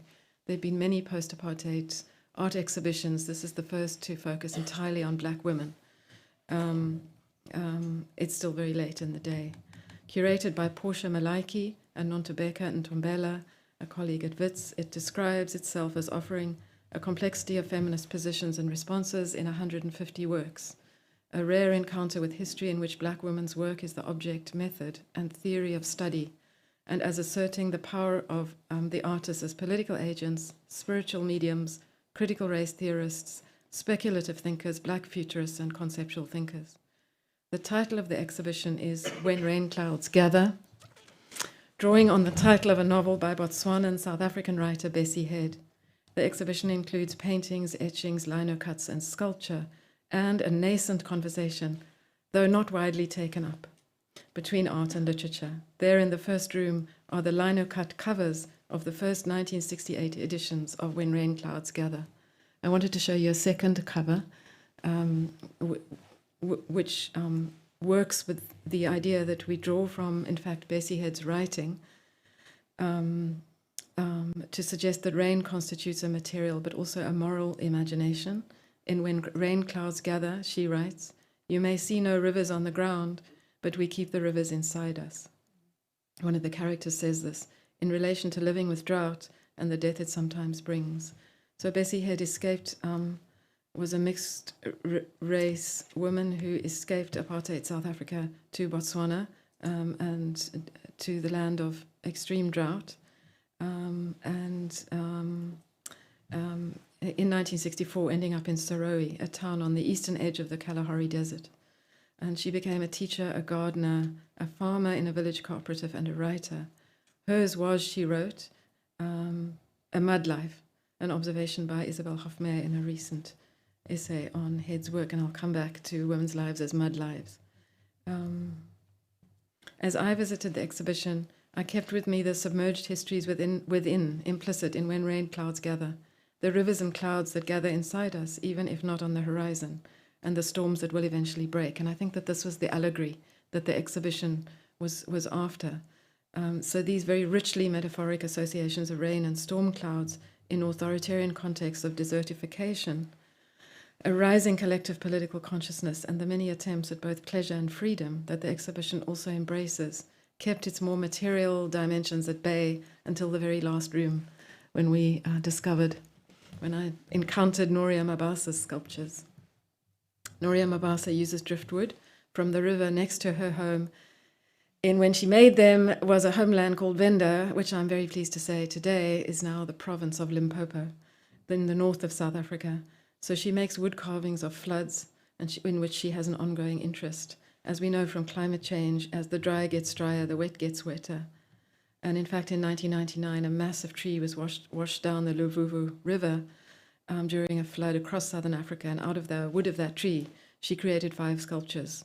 And she was at that time in 1988 the only female woodcarver in South Africa. Clay was left for women. Wood was seen as the medium for men. She works with the entanglements of animal and human and electronic mediation, because her imagery is drawn partly from floods she sees on TV.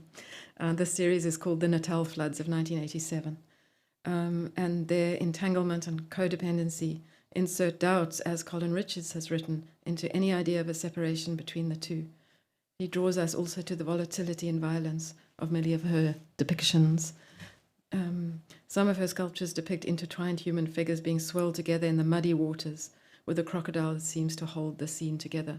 The Limpopo River is full of crocodiles. It's something I'll come back to very shortly.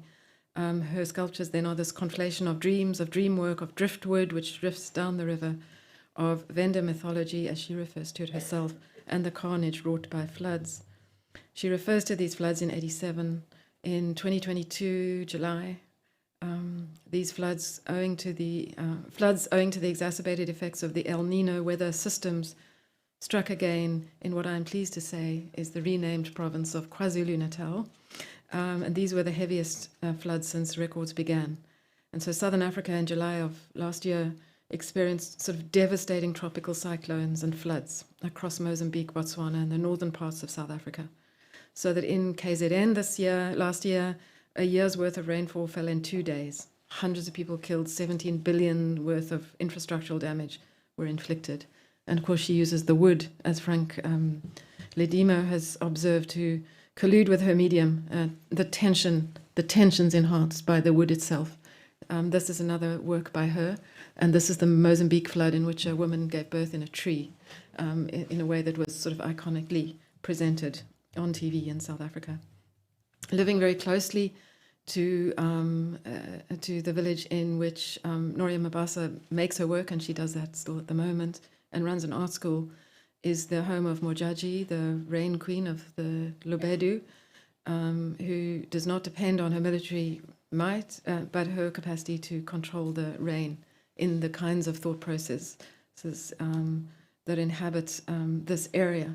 She's a rainmaker, and she's known as transformer of the clouds, and it's her responsibility to care for the rain. This she does.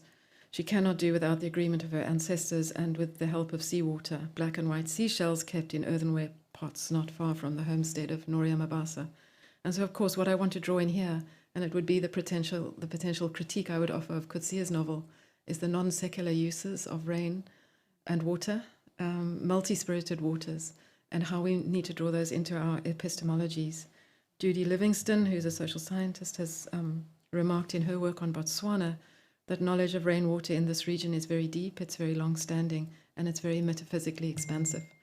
And yet, if you look at virtually all the literature on climate change across the world today, it's highly secular. And so that would be also then a critique of Coetzee's novel, where rain is an entirely secular medium. If you'd go to the areas of the Karoo where the novel is set, and you look at rock paintings, they're full of rain gods, actually, images of rain gods, which I can talk about later if you'd like me to. So the sense of thinking about the rain queen or the rain being that one finds in the dry lands of the Karoo, again, I turn to very interesting work by Leslie Green, and she has said, at the very least, what they do is put paid to fantasies of corporate mastery, which discount the need for a convocation of different life forms in order to maintain any semblance of ecological balance in dry lands. For me, not only does her work speak to hydrocosmologies, including ancestral substances and living waters, but also to the unsettled terrains and states of unsettlement of mud and water that mix in landslides due to deforestation, and to the ways in which Africans seeking mobility so often play off water against land. And I don't know if you've seen images in Bangladesh and Syria of massive settlement camps just completely inundated with atmospheric rivers, and sort of people just sort of bathing in mud. And the same is true of roadblocks that run often next to rivers across the African continent. I.L. Weissman has called them these transposable borders, synonyms of the political. But increasingly, people throw their suitcases and sometimes themselves into these rivers to avoid taxation and extraction at border crossings. And at this very Limpopo River, which is the second largest in Africa that drains into the Indian Ocean, you can actually see undocumented migrants trying to cross, initially in canoes, but now just throwing themselves into the flood waters, drifting with them, trying to avoid crocodiles, and scrambling up the mud banks. So participating in the kind of mud lives of many Africans, recalling Bessie Head's formulation. Very fascinating work, and I should have brought a bibliography, but I haven't, by Ifor Duncan and Stefanos Levidis, have written about the weaponizing of rivers and floodplains against asylum seekers that's going on around the world today.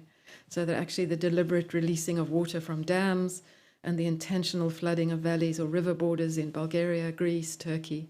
The South African state's not doing at the moment, but I'm sure it will have the idea soon. And they call this forms of hybrid war, and the borders as ecologies of exception. I think it's really excellent work that we could work with more widely. And of course, floods of migrants, as a phrase they point out, only takes us towards that work. It resonates a lot. So if Mabasa's flood assemblages are actually multiple in sources and form themselves from wood drifting and insistent dreams, then in my final reading for this evening, I want to draw on a novel from the Zambezi River watershed, 2019, probably the most exciting novel coming out of Southern Africa right now, and one of hydrocolonial and Southern African regional proportions. Sorry, these were other images of Mabasa that I wanted to show. And I'm going to move to this one. So, and I'm watching the time. I think I have about 10 more minutes or so. The Old Drift, 2019, it's often referred to as a Zambian novel, but one of its many subversions is to reveal itself equally as a novel of Southern Africa and of the Zambezi watershed itself. If you have your laptop, look up the Zambezi watershed. It's massive. Reading its cumulative political and material world-making, we can see how to begin to think of regionscapes instead of the ongoing literary obsession with nationscapes, as implied by floodplains, water basins, cyclone paths, and river flows that cross many or all of the countries of Southern Africa. So the Zambezi crosses 6 African countries to get to the Indian Ocean. Where there's water, there are mosquitoes, Serpil reminds us, and they form the chorus, the swarm, and the hive mind of this novel. It's a novel of rain, floodplains, drifting, colonial, post-colonial, and decolonial hydro histories in spirited waters, falls that used to be called the Victoria Falls, sometimes still are, and Kariba, which is the largest was the largest hydroelectrical dam project in the world when it was built in the 1950s. The thing about the Zambezi is it's a river that is frequently in flood, and you can only imagine now how often it's in massive flood. The stories go from engineers and others that the dam walls of the Zambezi are about to break, infrastructural neglect as well by post-colonial governments. And if that happens, the revenge of the Zambezi will take place, and it'll take 8 hours to get to Mozambique. But these are some of the things that we have to speculate about, given what we know, and must intimate from climate change. So I'm going to speed up a little bit. There are many engineers in this novel, but in the end it offers a critique of engineering. I'd love to go into that. But essentially, by the power of the river, the multi-spirited waters, the revenge of the 37,000 Songa people this was the biggest dam resettlement project in history, and of course of Nyami Nyami, the river god. And so she reads it in all these ways. Essentially, she critiques the kind of search for the head of the now by Livingston and others by saying the point about waters is they drift. They are capillaried. They have multiple sources, and so should our stories. Our stories should swarm the way that mosquitoes do. She wrote the novel in the same year that Bronislaw Zazaniski wrote his essay as Drift as a Planetary Phenomenon. And he essentially says, there's a small moment in industrial capitalism which is about locomotion, which has a front and a back. But essentially what the world does is it drifts. So she transports this to the Zambezi with its mosquitoes and into a decolonial critical practice, sharpening its hydrocolonial frontiers. And Isabel Hoffmeier's notion of hydrocolonialism has as much to do with the colonization of the idea of water as to do with the colonization of water. Okay. Have I got 10 minutes or not, Max? Yes. Have I? I'm worried about keeping you waiting too long. But I know women often worry more about this than... Okay, so let me finish by saying that her novelistic attention to pluviality is what we might refer to as an earth infrastructure, which is the title of my talk. In the making that is biospheric in its capacities, these enormous rivers, the Limpopo and the Zambezi across southern Africa, that you go to a literary studies conference, I don't think anyone's talking about it whatsoever so far. One of the many tasks the novel sets for us is how rain and flooding invoke inhabitations of infrastructures outside of the classical registers of engineering, architecture, and urban planning. And one of the fascinating things for me is, engineers will use huge amount of cement, a bit like the frackers, to do dam overspills. But in fact, that makes flooding even worse. And the natural floodplains, in fact, help to contain massive flooding. Okay, I think that it's very powerful to reread novels and artworks, and to situate them in relation to the coming extremities of too little or too much water in conditions exacerbated by the structural conditions of the global south, which, as Meg Samuelson, a fantastic researcher working from Adelaide, reminds us, has been immiserated by a world system that rendered it vulnerable before the deranged climatic forces that this imperium has now unleashed. So what I think that we propose then, in terms of reading for water, is a method that follows the sensory, the political, and the agentive powers of water across these texts, and in my forthcoming book, across art and visual cultures as well. Follow rivers, follow streams, follow tunnels and sewers, and essentially add volume to the analysis. And I think that's what critical theory just doesn't do. What happens when you add volume? What happens when you add submergence? And it becomes, once you see it, I think completely crucial to understand the hydro-infrastructural dimensions of Southern Africa and your regions as well, given the kinds of multi-crises that we are in now. A lot of scholars, including Louise Bethlehem, are rethinking gold mining as well, which is the vortex shaping South Africa's labour regimes, now considering it from the point of view of the water-intensive nature of its extractive processes, but also the acid mine drainage that underpins Johannesburg right now and is seeping up through the streetways in many places. And just very, very quickly, and then I move to the conclusion, a wonderful colleague, Victoria Collis Buthelezi, who's inside this project, Reading for Water, points to all of the ways in which watery zones might provide refuge specifically for black women in the wake of patriarchal and racist territorialities embedded in the nation state. And she explores how black bodies operate differently in different landscapes, and how land-rooted notions of blackness work to nullify some claims to blackness that cannot authenticate themselves through land. And she writes about Caribbean women who have migrated to Cape Town, to South Africa, across that ocean, and can't claim landedness as their grounds of affiliation. And I think that it's a very powerful argument. So as we think about the planetary today, instead of scaling up, why don't we scale down? Why don't we, instead of scaling up to abstraction, why don't we scale down and look with renewed attention and intensity to what we have right before us, but also to reread our novels and our artworks, to find what we completely missed before. I want to make a swerve by way of extended conclusion to my remarks today to institutions. It's been on my mind since Elvira's opening remarks. As I said, how can we spot the OASES and the new alliances and new eventualities, as she put it, that they require in order to flourish before they disappear again? And I want to turn here to the sharpening difference on both the right and the left between enclave thinking and oasis thinking. So I've worked as a director of a major institute in the South for a full decade. And I've also written for some years on what I've called the redistributed university, which I can send you if you're interested.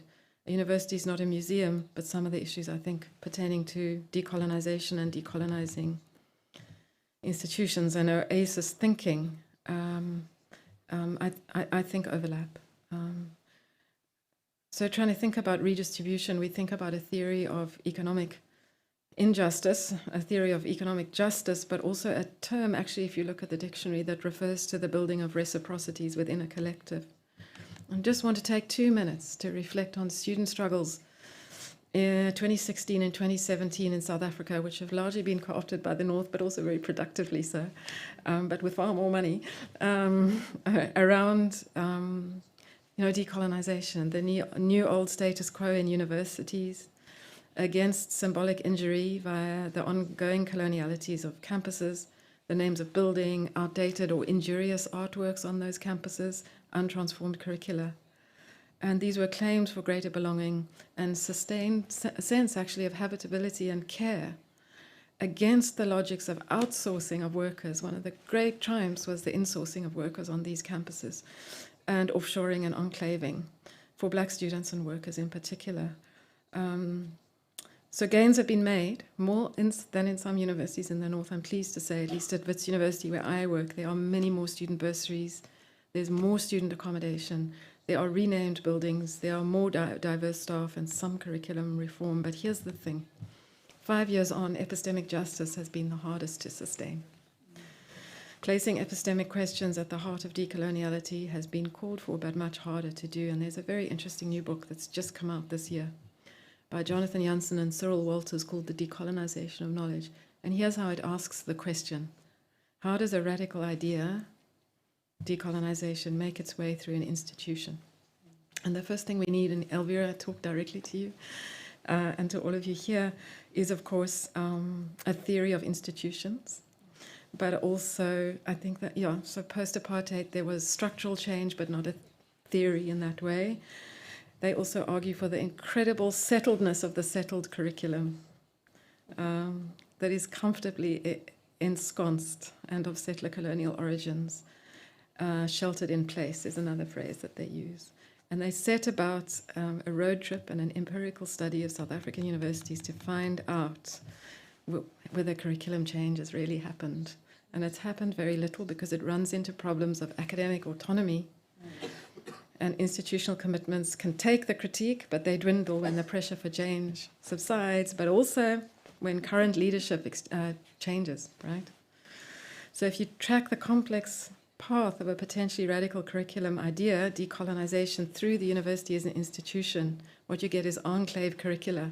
Really great changes in the anthropology syllabus or, somewhere else, but they're enclaves. And this is a problem for the left and the right, I think. So many of us advocating for a core curriculum, I won't go there now.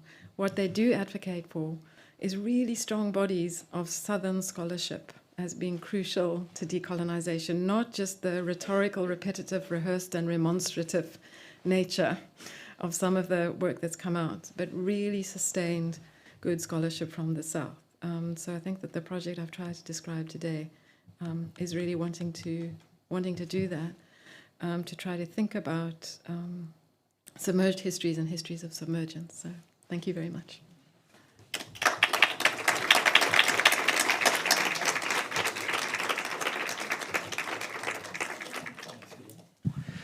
Thank you very much, Sara, for bringing us closer to this attempt to find words, new languages, to describe our current state of crisis in relation, in this specific case, to water, but also to where to find our resources, which might be right in front of us. Yeah, sure. Thank you very much, Sara Nuttall. Lo que propongo es que hagamos una pequeña pausa de 15 minutos, así que a eso de las 7 nos reunimos aquí de vuelta para dar continuación al evento con la participación de Françoise Vergès. Muchas gracias por su atención, nos vemos a las 7.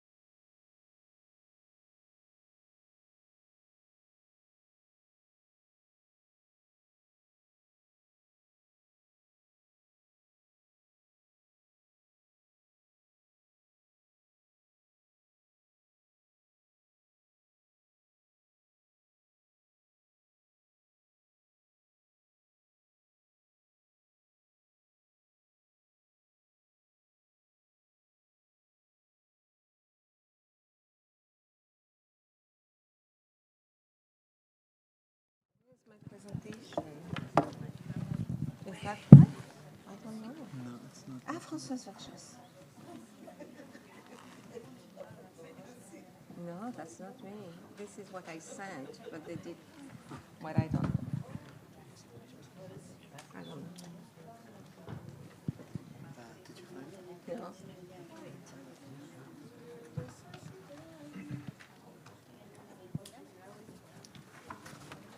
Is it done?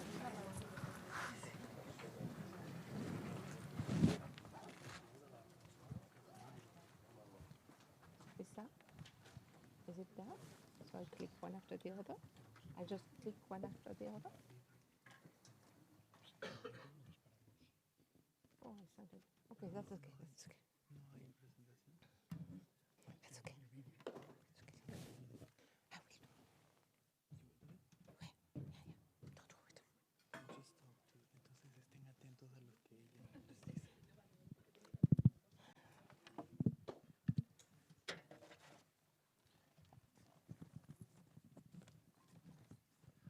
Bueno, bienvenidas, bienvenidos, bienvenidas de vuelta a esta segunda parte de la tercera sesión de ¿Dónde están los oasis? Con nosotros, Françoise Vergès, politóloga, activista, antirracista y feminista, francesa de la Reunión. Justo estábamos hablando sobre los territorios coloniales franceses. La Reunión es una isla en el océano Indiano, que, bueno, justo estábamos hablando sobre el contexto afro-indiano y en la charla de Sara Nuttall. Françoise Vergès es profesora en la Universidad de Londres, el College de... No, disculpen la equivocación. Pero es presidenta del Comité para la Memoria. No. Tampoco. No. Bueno, tenemos No una... longer. No. That was in the... That's okay. That's Fue presidenta. Bueno, de todos modos ha escrito en varias ocasiones libros importantísimos sobre las cuestiones de el feminismo descolonial. Ha escrito en varias ocasiones sobre la historia justamente del colonialismo y del racismo. Es una de las mayores críticas, yo creo, de las perspectivas eurocéntricas en relación a la conceptualización de museos, una cosa que justo hoy se mencionó y de que tal vez no todas estén al tanto ahorita aquí reunidos, es que Françoise ha trabajado mucho sobre la idea de descolonizar el museo. Entonces, con nosotros hoy va a compartir de su amplio conocimiento. No podría ser mejor que terminar 3 días de discusión de este seminario del PUBERT con un salto al futuro. Entonces, Françoise nos ofrece hoy una ficción teórica, una especulación de ciencia ficción, un salto al futuro para imaginarnos cómo veríamos desde el año 2070 justamente lo que estamos atravesando hoy día. Muchas gracias. Con nosotros, Françoise Vergès. Thank you. Good evening, and thank you to Elvira, to the staff, to everyone, and to you who was here. Well, speaking last, it's either a privilege or a curse, so we will see which one it is tonight, if it's a curse. I had thought that I will start by a long introduction to that little story, but following George's introduction, I will start by the story that should have come at the end, right? So, we are April 15, 2070, today, right? And we are meeting here together to retrace orally the history of an oasis. It was an oasis created after a series of collapse and catastrophe that indigenous, black, poor, brown, peasant community, activists, artists and scientists had foreseen and warned about, but that powers ignored, focusing on xenophobic and sexist politics and helping big corporations to avoid fine and stop extraction and dispossession. So we are April 14, 2017 in Barcelona. And you are listening to me retelling you how the oasis came into being. In 2040, the sea was sick with algae. There were very few fish. The air was sick with toxic fume. Nobody could breathe in Barcelona. And water has become extremely rare in the city and the region, as well as in every part of the world. Water, what was left of water in Barcelona, was entirely privatized and captured by the rich, living into an enclave heavily guarded by armed masonry. No water meant no food, dying of thirst, disease, fight for the few drops of water, wide accusation against migrant and refugee, justifying pogroms and murders. Femicide, sexual and sexist violence had reached high level. Activists and artists of queer, trans, feminist, anti-racist communities in Barcelona started to meet underground to imagine ways to reappropriate water and to quell violence. Why underground? Because the wealthy were sending their mercenary to break any form of communizing, using the oldest tactic of dividing to rule, diffusing fake news, opposing citizens to foreigners, even in the former, whereas deprived of water as the latter.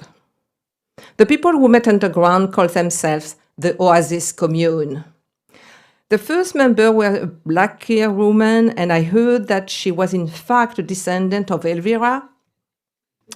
It was a trans feminist, a sex worker from Peru, 2 refugees from Mali, an artist from Algeria, and who was said to be the granddaughter of Kader. Was a poet from Cape Verde, 2 anarchists from China, 2 elderly Catalan sisters, a young girl and her brother who had been living in the street and nobody knew where they were coming from. The Oasis Commune first worked to cut through the lies and the fake news, to explain that water had been made scarce, had been made, and that it was a result of past political choice and that nobody had the right to appropriate water, nobody had the right to decide how it will be distributed. The Oasis Commune functions through debate that could be long, it did not matter. All alternatives had to be explored, decisions had to integrate multiple temporalities, multiple demand. Water was the first common to be reappropriated because water simply meant life.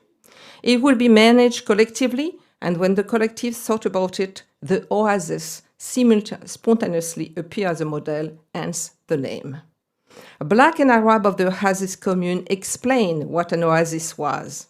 A site where to find refuge, food, water, rest in an hostile environment, because they knew what an oasis was. Okay. And they said that the commune had to reach other migrants from North Africa and Sub-Saharan Africa who live in Barcelona and knew how to build an oasis. By giving leadership to Africans in the making of the oasis, the commune was recognizing not only their historical presence in the city, but also a production of knowledge that did not belong to engineers and scientists who had long produced knowledge without a care for the common. First, water had to be stolen from the wealthy, and pipes had to be constructed to bring water to the oasis, and then had to be clean. African taught everyone, by then the commune had reached hundreds of members, how to manage and distribute water equally and what to plant, so each tree or plant will not only protect each other, but then also produce water by evaporation, that then would be collective. Kader, granddaughter, even told the commune why it was necessary to have a goat in each house. The division between workers, artists, intellectual, women, men, queer, became inconsequential. What mattered, what was what each could provide, create, and produce. By the mid-2050s, some park and street of Barcelona had become oases.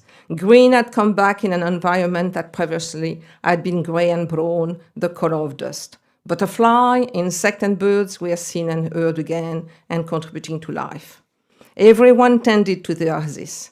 As some species had been totally extinct, there was an intense debate among the members of the oasis commune. Should we use biotechnology to recreate them, or should we avoid biological manipulation? Some experiments were finally done, although with extreme prudence. Oases are also to be protected from the dominant classes who did not accept autonomy.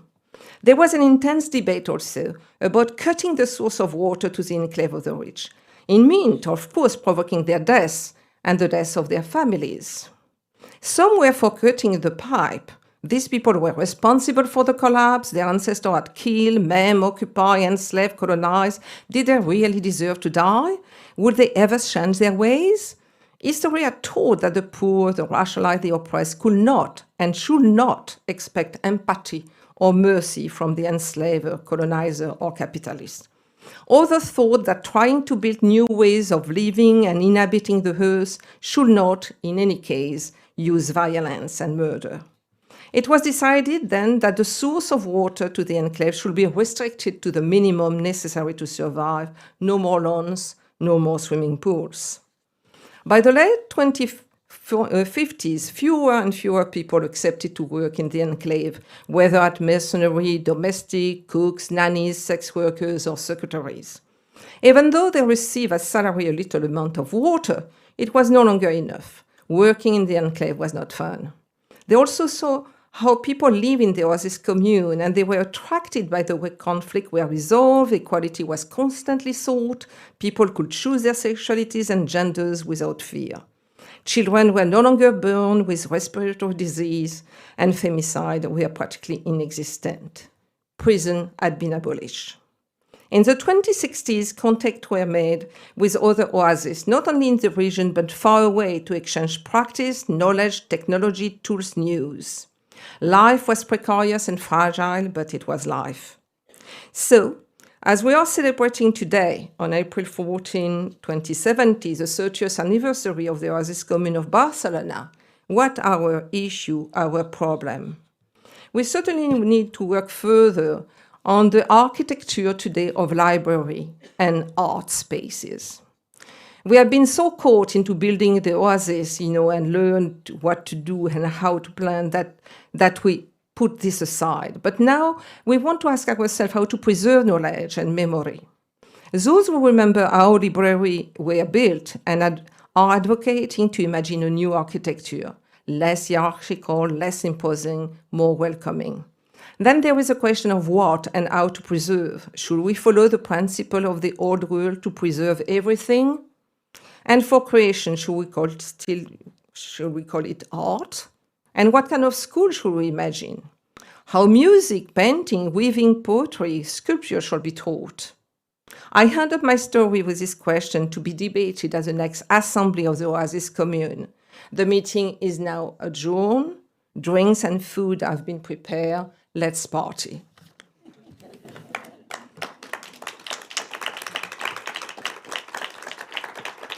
So now more back to the most serious things. I want to go back again to the notion of the oasis, that has been proposed, that Kader has suggested, and that has been, in fact, the subject of also what Kader and Sarah's contribution. And that question, where are the oases? The oasis, it's a word originally, from Egypt, from ancient Egypt, that was adopted into Greek and Latin. It describes a fertile spot in the desert where water is found. It provides shelter and relief in an otherwise unpleasant, hostile environment, and that is very important, a place to find shade, rest, water, food, and community. What makes the existence of an oasis possible? The access to water. It always managed collectively. Water is always distributed equally among the inhabitants, and hospitality is a principle. All travelers are welcome, given water, food, and a place to rest. It is a refuge, a sanctuary, a safe place, a communizing space because each person living there or passing through knows that an oasis survives as long as it's taken care of collectively. It is a common. Oases support the livelihood of millions of persons in the world today, so they are not a detail. Raising the question where the oases may be taken at exactly that, where are they? But also why are they needed in the present? Why do we need to create and preserve a site of rest and hospitality, a place to breathe in a world that is not hospitable? So when I was asked to contribute to this event, as suggested in the exercise in speculative fiction that you just heard, speculative fiction is a genre that is gaining, more and more importance as we are seeking to not only to imagine a just future, but also to create this future now. What kind of oases do we need today? How will we preserve them? How are they organized, preserved, managed? And by saying we, I mean those who are fighting exploitation, civilizing feminism, extraction, capitalism, Islamophobia, surveillance, criminalization of dissent, anti-migrant policy. But it is a way that is not uniform, that works with difference, that welcome debates about how to balance autonomy, accountability, and sovereignty.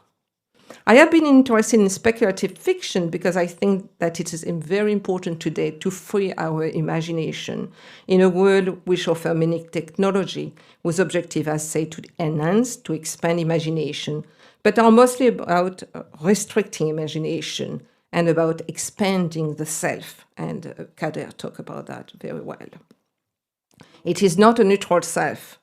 Neoliberal capitalism tells us that we can buy ourselves a new self, an avatar, able to do what we cannot do as we are restrained by our human condition, the limit of being human. And studies have shown that the inventor and user of this technology are in majority male and young, and often adopting whiteness. By this I mean adopting the norms of the neoliberal self, which hold a deep defiance to communal life and what it means: friction and conflict, conversation and negotiation, solidarity and joy. Artificial intelligence, new technology give the feeling of being able to transcend the mundane, to escape emotion, suffering, affect, which are kept at bay. While the body has become a machine that can be fixed, technology of policing are expanding the domain of criminalization. The prison is no longer the only site of punishment, depriving people of the right to association, to perform their religion, to dissent, fining them, making joining process dangerous, our way to criminalize daily life. The prison and the electronic bracelet belong to the same field of the carceral. But we know that the illusion is a lie and could address this question. We never live alone. We live in a world built by social forces. We are dependent on each other, and we are not only connected with, but also dependent of non-human species. We need access to clean air, to clean water, to plants, to animals, to others to survive. On Wednesday, still on the Oasis, on Wednesday, I spoke at a meeting of solidarity. This is why I was not here, and I apologize. At a meeting of solidarity with Les Soulèvements de la Terre, Earth Upheavals, a vast coalition of collectives fighting for environmental justice in France. Earth Upheaval recently organized a protest that drew more than 30,000 people against the construction of a mega basin in France, in the center of France. The government sent thousands of cops who maimed and mutilated the protester. And now this loose coalition is threatened of dissolution by the Minister of Interior.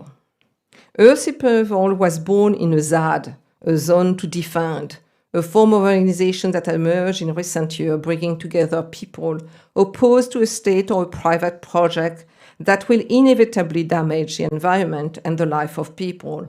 It can be an airport, a parking, a commercial mall, a mega farm, a road, all these useless projects that benefit corporation, privatization, artificialization of the earth, pollution, and noise.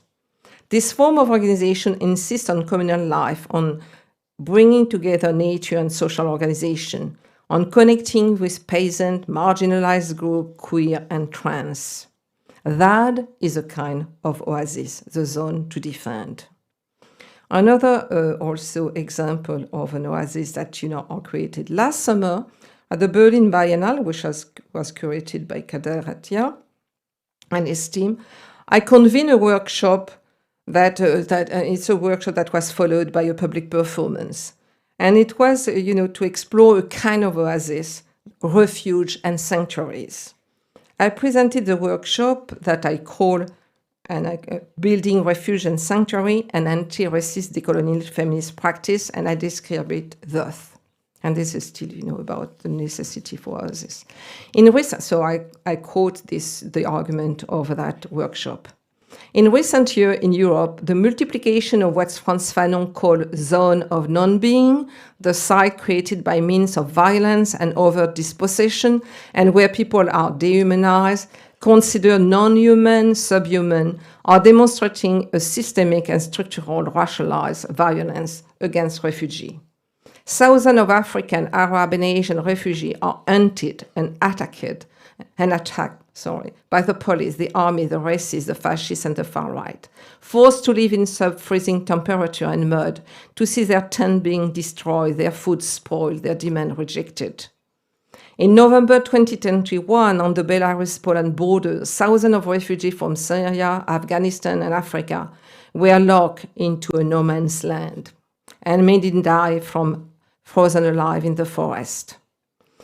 Solidarity was criminalized. In June 2022, dozens of Africans were killed by the Moroccan police in Manin, on the border of Spain and Morocco. And of course, it was, all the African and Arab people who were not accepted at the Ukrainian border as they were fleeing the invasion. Borders are electrified, walls are being built and drones used, and every day in the Mediterranean or the Channel, refugees are sent to their deaths by Fortress Europe. Yet, when they are in Europe, state and capital exploit refugees and migrants who they have fabricated as vulnerable beings. Their economy of exhaustion that is endemic to capitalism and produce psychic, mental, and bodily depletion and show its naked brutality during the pandemic has a long history in the modern world. It started with colonial slavery, mining human energy to death. It is still with us. For European bourgeoisie comfortable life to be preserved, it needs to continue to extract and mine to exhaustion refugees, migrant people, and resources of the global south. Drawing on the theory and practice of political anti-racism, abolitionism, and anti-colonial decolonial feminism, participants in the Berlin Biennale workshop will imagine and create collectively a public performance that addresses the necessity and urgency of multiplying refuge and sanctuary. So the idea of refuge and sanctuary drew, of course, but drew also from the Underground Railroad, for also all the, safe houses that were during the Algerian War offered to Algerian nationalists in Italy and in France, drew from it even today this need for underground, route of solidarity. People, when you knock on the door and you will find a safe place, a shower, a bed to rest, and no question will be asked. Where perhaps we will start again to do fake paper and teach people how to cross border. This is already existing, but it has to be, expanded. There was image and film, apparently we have some problem. So this is what, these oases are being built, What I wanted also to bring forward in this workshop performance was a necessity to unmask what I call armed peace. It is a peace that is ensured by the police, the army, the tribunal, the laws, in order to protect the dominant classes. What powers call peace is just another word for the state of permanent war that is waged with bombs, tanks, rape, murder, and torture, destruction, or by weaponizing racism, letting femicide, transphobia, murder of black women, men, and trans, and Islamophobia go unpunished. Armed peace is that interlude between two open wars, and both had been waged against black, brown, indigenous workers, against trans, queer, and peasant and migrant women and poor people. And OASES is exactly the opposite of, the peacefulness of armed peace. It is a place where conflict, discontent are confronted, debated, and discussed. I'm not defending the absence of conflict in any social organization. I'm not idealizing the kind of peaceful life with colibri that a white ecology promotes. I'm arguing for working from and with difference. It's long, it is difficult, but it's necessary. Whereas armed peace naturalizes the militarization of public space, surveillance, camera everywhere, facial recognition, in the name of order and protection, our armed peace facilitated the restriction of freedom and civic right, criminalized dissent. This is also, what supports carceral feminism, whereas armed peace is all this, creating the oasis is exactly the opposite. But the danger on the basic condition from human life and many non-human species are increasing. And this is threatening even the creation of oases. We are living literally, concretely, in a hostile environment, the famous hostile environment that effectively in which the oases offer refuge and sanctuary. A large part of humanity is effectively living in an hostile environment, concretely, literally in an irrespirable and uninhabitable planet, constructed by centuries of slavery, colonization, and capitalism. Structural disparity are compounded by climate catastrophe, which ethics professor Cynthia Modobeda has termed, I quote, the most far-reaching manifestation of white privilege and class privilege to face humankind. I Can Breathe, which became in 2020 the rallying cry against police violence worldwide following the murder of George Floyd, and was also followed by the toppling of statues and monuments glorifying racists and enslavers, also brought to light the politic of unbreathing and suffocation that capitalism and imperialism fabricate. Indeed, the right to breathe is being denied to people, to animals, to fish, to trees, to plant. Racial and class politics of unbreathing mean that the lungs of human and of the planet are under attack. They are suffocating. There is a worldwide crisis of breathing. The definition of racism by Ruth Russell Gilmore, which I quote, is the fabrication of a group differentiated vulnerability to premature death is distinct yet densely connected political geographies has never resonated so truly. Racism as a form of structural selectivity among humans correlate with a technology of anti-relationality that capitalism creates and that Kader addressed in his contribution. The collective life in humanity is separated and then reconnected in ways that feed the production of capital and wealth. When I talk about the politic of unbreathing and suffocation, again, I'm not making a metaphor. According to the World Health Organization, more people are dying every year from air pollution than from any other cause. Almost all of the global population is exposed to air pollution levels that put them at increased risk for disease, including heart disease, stroke, chronic obstructive pulmonary disease, cancer, and pneumonia. Air pollution causes millions of premature deaths every year. More and more children are also dying of asthma, especially in the global south and poor community in the north, a condition that is, however, very easy to cure. In the global south, or among poor and racialized minorities in the north, babies are born with many more diseases than those born in white and bourgeois families, especially, again, respiratory disease, which means that they can't properly breathe, making them much more vulnerable to premature death as children and as adults. The right to childhood, then, is not universal. Children of the rich are protected by laws and cared by black and brown nannies. Meanwhile, many children in the global south and also in the north are being denied childhood, This is not a paradox. It is a result of a political choice. Who has a right to a good childhood and who are the children who are not only denied childhood but are treated as adults and criminalized. And a visual culture is produced around, what is a good and what is not a good childhood.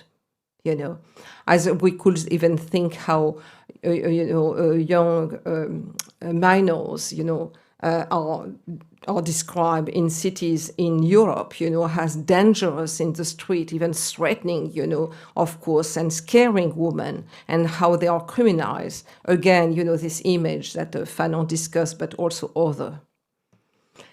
Palestinian legal scholar Nadira Shahub-Kelvorkian called this, this politics about childhood, the politics of unchilding.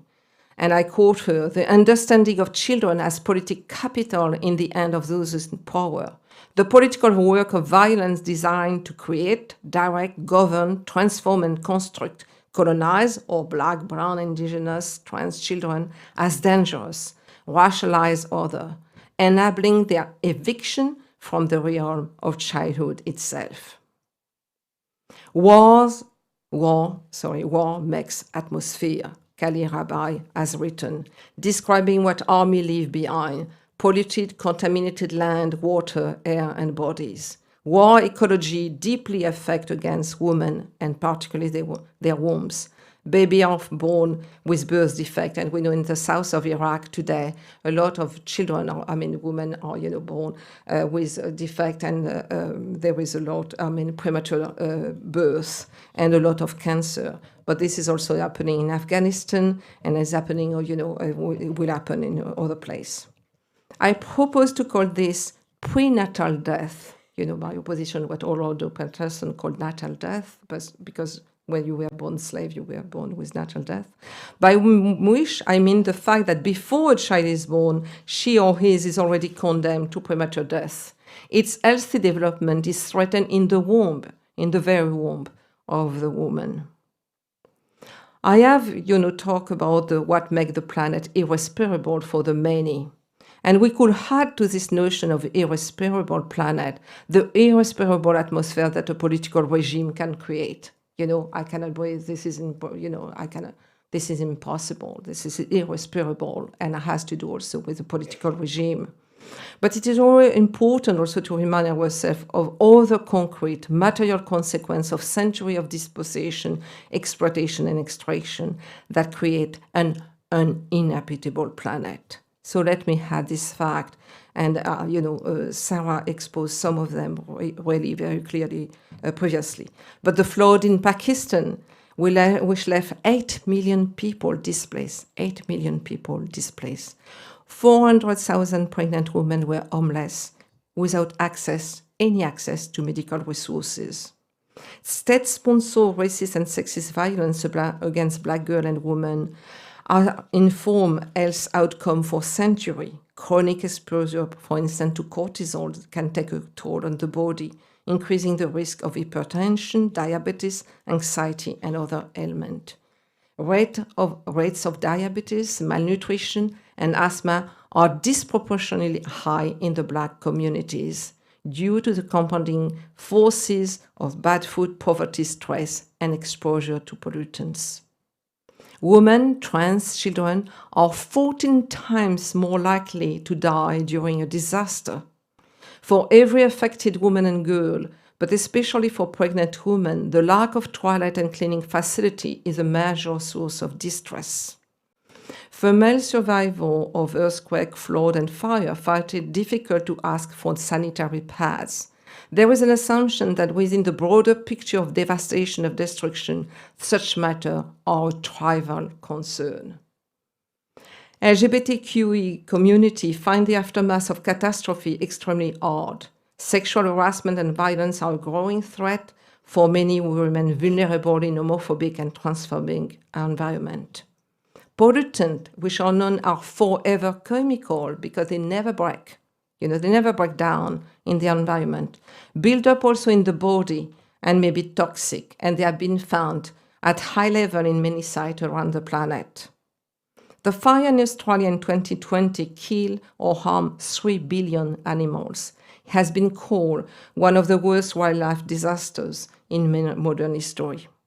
Polluting industry externalize their contaminated waste in poor countries, in Ghana, in India, in Bangladesh, and even Central Asia and other places. Fast fashion, digital waste, oil, agribusiness, mining, and the military dump ton of waste with consequences linger for generations. And we could even think, how, for instance, the Agent Orange is still killing people in Vietnam so long after the war and other. So this long, slow violence that remain in the land and in the body and are not spectacular.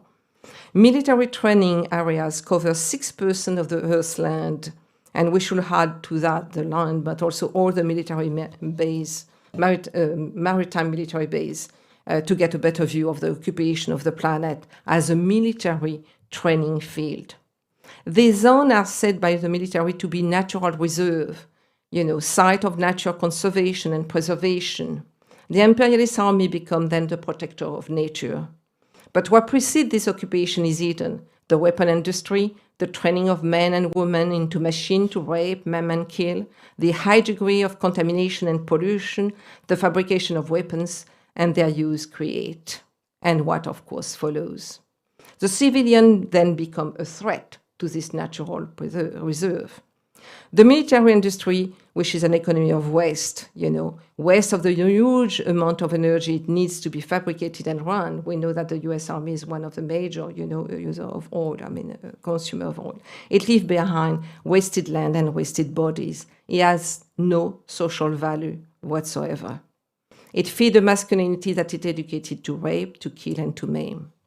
The success of capitalism as a waste producer, as a producer of waste rather than commodity, that we should think of capitalism as a producer of waste and not of commodity. Even the commodity that produce are waste, it's waste.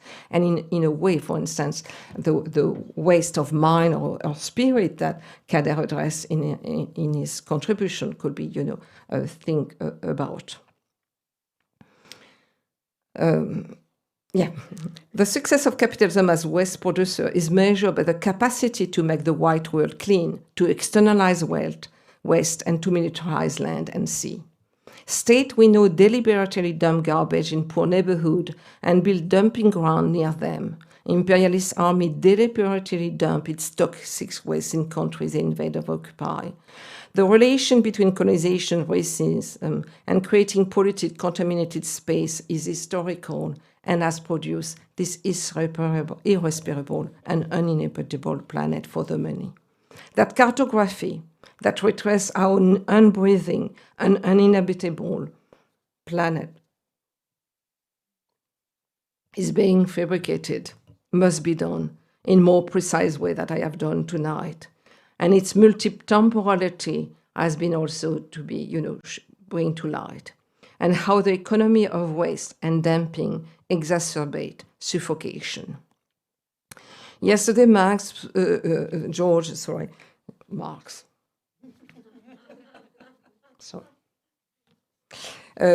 spoke of the decolonization of Europe and its colonial past. Let me add that it's not just the past. The French state still has colony, where historically environmental racism and class, has produced a contaminated, polluted land. In Mayotte, a very small island in the Indian Ocean, later this month, in April, the French state will send 5 companies of gendarmes to operate a massive expulsion of foreigners, 700 per day. And the director of the health in Mayotte has declared that all women who are black and Muslim in Mayotte would be proposed sterilization as they enter the hospital. Massive expulsion by the French police. It does not trigger any memory, among the powerful. In Guadeloupe and Martinique, soil, river, and lagoon are contaminated for generation by the pesticide chlordecone, which was forbidden in France, but then was still sold in this island by the descendant of a plantation owner, one of the French fortune. And the state has still refused to this day to acknowledge its responsibility, even though there is the highest rate of prostate cancer in the world in this island. And if we think about the Pacific French island, we have to think about the consequence of nuclear tests, like they were made also by the French tests in the south of Algeria. Death zone, then, are growing. And the North, which built them and thought that it was protected from toxicity, is now experiencing it. Perhaps it's what Aimé Césaire called the boomerang effect in discourse of colonialism. He was talking about slavery and colonialism, and perhaps we could talk about a racial environment. Protection is governed by class, race, and gender, and the state has hijacked the vocabulary of protection in order to increase its power of surveillance and punishment. In this context, where are the oases today? And one is needed to build them, to enact a program of absolute disorder.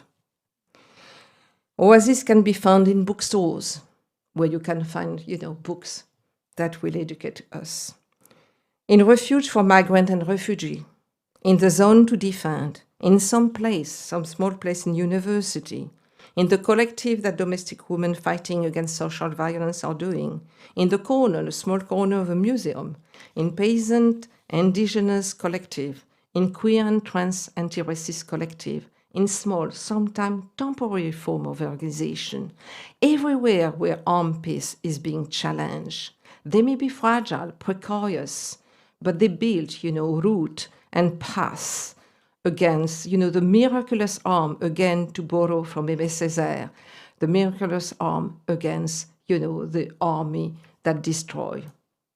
Then, they may be, again, fragile. They are often not spectacular, but they exist. Anti-racist, anti-capitalist oases, the minor, sometimes we don't even see them, reject the romantic gesture. Their ecology are abolitionist geography. In this oasis, people practice life in rehearsal, to borrow from Ruth Wilson Gilson, which is not, I quote, a recitation of rule, much less a relentless lament, but an historical geography of the future, building what Black feminist activist and author Robin Maynard has called constellation of co-resistance that affirm life and world-making in a time of acute racial violence. Rehearsing life because while, and I quote here Christina Sharp, we are constituted through and by continued vulnerability to an overwhelming force, we are not only known to ourselves and to each other by that force. There are space, this new oasis, all these minute oases all over the world, where to flee what Rob Nixon analyzed in his book Slow Violence and the Environmentalism of the Poor as the initiation, and I quote, to the attritional lethality of many environmental crises in contrast with the sensational, spectacle-driven messaging that impel public activism today. Refuge sanctuary oases are created to resist the murderous politic of unbreathing in all this meaning. All the struggle against deforestation and because since I started with all the struggle against deforestation, privatization of water, industry of death are examples of oases where to find rest, solidarity, and hospitality. What is noticeable in that despite all the weapons at its disposal, and they were described all through these days, despite the active contribution today of billionaires to far-right politics, then, they are grabbing media, publishing house, and platform cinema. Despite the growing military budget all over the world, power is afraid. It cannot stand the presence of people in the street being joyous. It represses with brutality and cruelty because it is afraid simply of life. Thank you.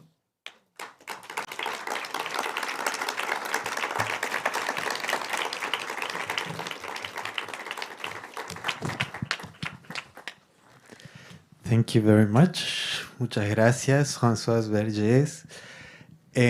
Quisiéramos invitar a nuestros colaboradores de hoy, Sara Nuttall y Kader Attia aquí al escenario para concluir el evento con una ronda de preguntas.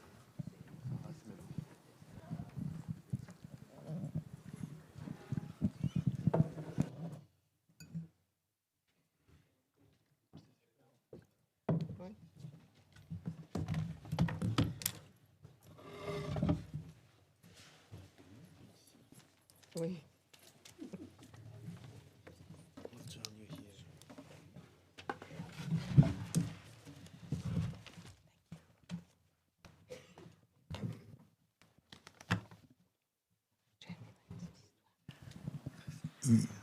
Bueno, aquí estamos. Ya que en esta ocasión tuvimos 3 presentaciones y como que también consume bastante tiempo, queríamos pasar directamente hacia preguntas del público. Quiere decir que si hay preguntas ya del público, estaríamos felices de recibirlas de inmediato.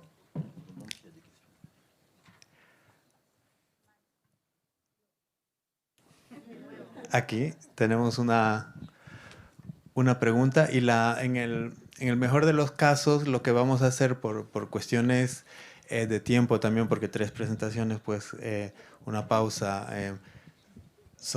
requieren bastante tiempo y vamos a tener que salir del auditorio. Vamos a colectar primero unas 3 preguntas, vamos a recibir las respuestas de nuestras invitados, y así vemos sucesivamente cuánto tiempo nos queda.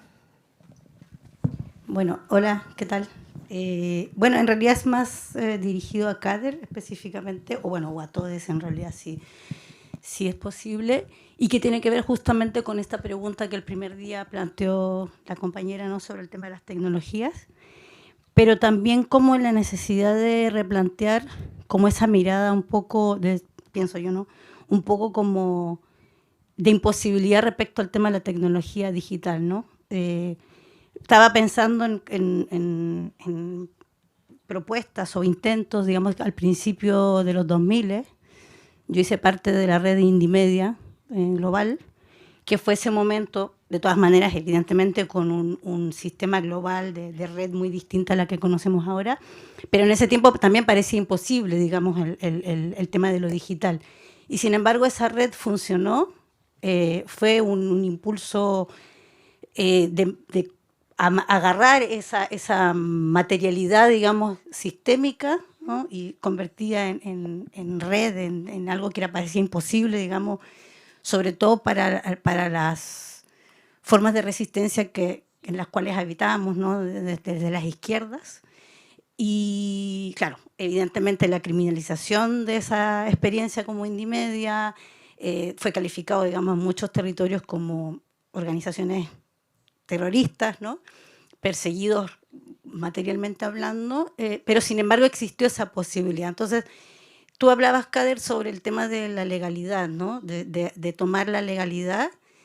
Yo me pregunto también, ¿no?, abrazando esa posibilidad, ayer también hablamos de la idea de la democracia, después nos quedamos conversando un rato más, de ampliar efectivamente ese campo epistemológico al cual nos terminamos refiriendo, pero que en realidad estamos tratando de decir otra cosa, ¿no? Si la legalidad, la ley, el derecho es un aparato epistémico moderno, occidental, colonial, poder abrazarlo desde el otro lugar, ¿no? Así como la idea de la democracia liberal, etcétera, etcétera, es pensar otra, tomarlo, no sé si la palabra es no reinventarse nuevos conceptos, sino que apropiarnos de esos conceptos que de todas maneras han sido arrebatados por el propio sistema o deconstruidos o construidos desde el sistema.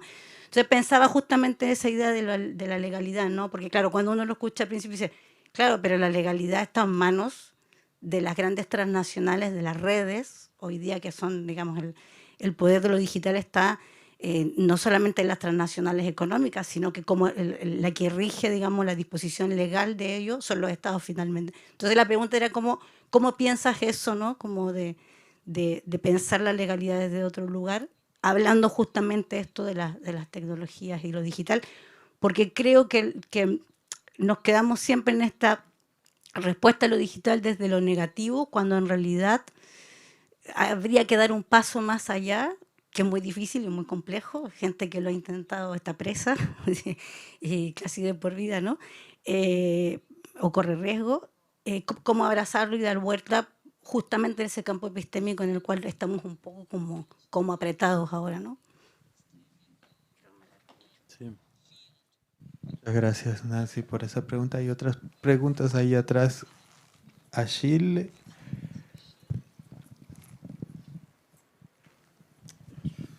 First of all, I would like to thank Kader and Françoise and Sara for extremely rich and dense presentations. I have two questions for Sara. I was pretty intrigued by what you shared with us. First of all, how do you explain the fact that literature, which by definition is precisely the realm of abundance, in the sense that with fiction there are no limits to fiction, all kinds of fictions. How do you explain the fact that literature has been somewhat severed from the broad realm of art or art theory or the discussion on art? And what has replaced literature in that sense? Because we know very well how in modernity almost everything sprung from literature precisely. What does explain that bifurcation, in particular in places of the global south, such as South Africa or for that matter, other continents? And what would it take to reconnect the realm of the fictional and the utopian, for that matter, but also, of course, as we know, of dystopia to art as such, globally thought? So that's the first question. The second has to do with your insistence not on materialism or even new materialism, but on what you call the elemental. I would like you to tell us a bit more on that, let's say, moment, cultural and intellectual moment, the elemental signifies. Why the elemental? What does it mean precisely? And why the elemental now? And what are the practical political consequences or implications does the elemental call for, if you wish?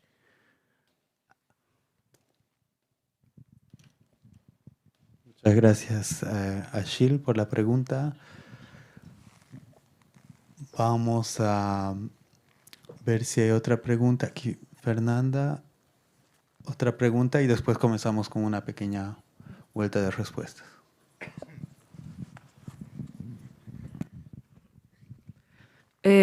Hola, Kader, ¿qué tal?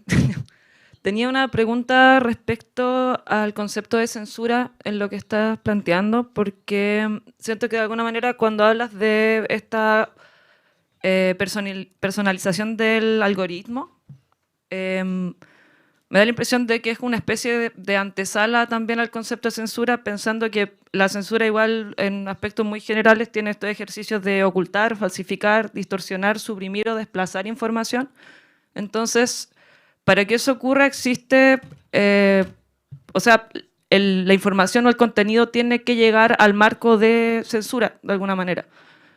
Pero siento que con esta predisposición del algoritmo me nace la pregunta de qué lugar toma la censura en eso, como entendiendo que el mismo algoritmo ya hace como un prefiltro de autocensura para que uno pueda como existir también en un territorio digital. Eso. Gracias, Fernanda, por la pregunta. Sugiero que comencemos con las respuestas. Kader, Sara, Françoise. No question for you. Puedo contestar a la primera de Nancy, luego Sara, y luego contestaré a la última. La primera pregunta de Nancy tiene que ver, o sea, para mí tiene que ver con la velocidad con la cual la tecnología pone siempre de retraso la burocracia. O sea que y eso no es un fenómeno nuevo, es el capitalismo. Aunque jamás, ever, el capitalismo fue tan poderoso como hoy, con la tecnología. Por ejemplo, me lo dijo Ramak Molavi, una amiga data scientist iraní alemana que trabaja en Berlín. Ella es abogada también y viene del gaming, del video gaming. Ella me dijo, no sé si ustedes de vez en cuando reciben, o sea, nosotros todos recibimos esas alertas que dice, bueno, este sitio está usando cookies y ya, bueno, aceptamos o refutamos, pero ella hizo una investigación, ha preguntado a unas compañías los contratos, pero me dijo, pero no te puedes imaginar, son contratos de 1000 páginas. Entonces, lo hacen a propósito. Y más lo que aprendí con Shoshana Zuboff es que con Surveillance Capitalism es que, no sé si dice así en castellano, las colusiones, ¿no? The collusion entre la burocracia y el privado en Estados Unidos, o sea, entre Washington y la Silicon Valley en los 2000 hasta ahora, es tremendo. O sea, uno pasa de el servicio de defensa de Estados Unidos a la Silicon Valley, o sea, CEO, o sea, jefe de surveillance, de vigilancia del Estado y fuera del Estado a Google Earth o Google Maps. Y se van así como... Y eso me parece muy interesante porque, o sea, yo creo que en España o en Francia es lo mismo. La ida y vuelta entre el mundo privado y público es muy raro. O sea, realmente la prensa te mira, sí, pero en Estados Unidos no es un problema. Y de hecho mucho más peligroso. Porque, como dijo, creo que es Robert Lacoste o Yves Lacoste, la geografía sirve a hacer la guerra.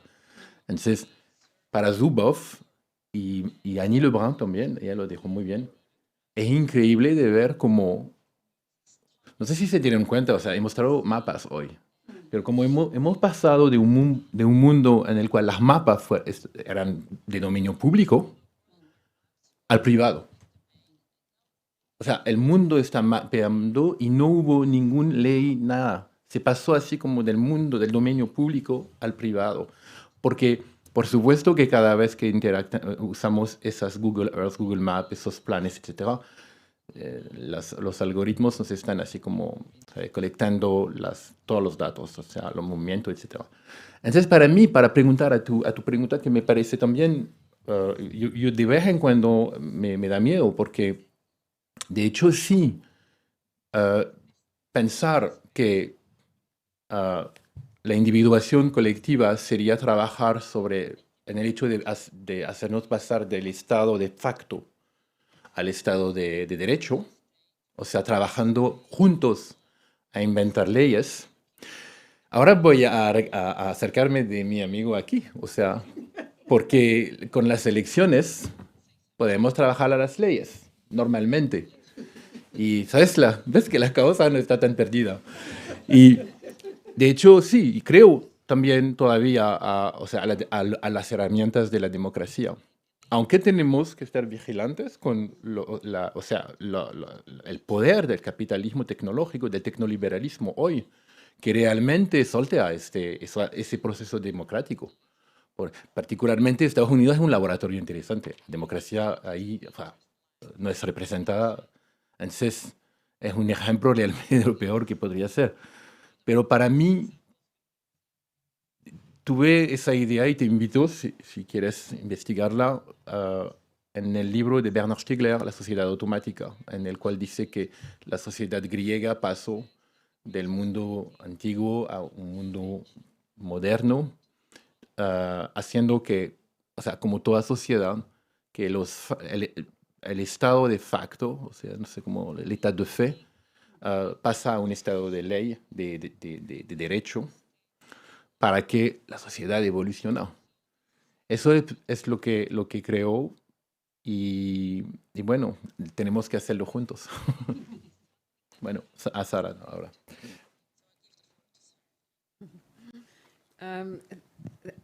Thank you, Oficial. I don't know the answer exactly to why literature and art are not speaking to each other, but they're definitely not. There's very little art in literature. There are very few images within literary texts. There's very little literature in art. But I suppose one thing that we might reflect on is that in the two contexts I pointed to, which was the sort of crisis and transformation of the post-war, Second World War world, out of which the essay film came, and the late years of the anti-apartheid struggle in South Africa, in which cultural work was considered both art and literature.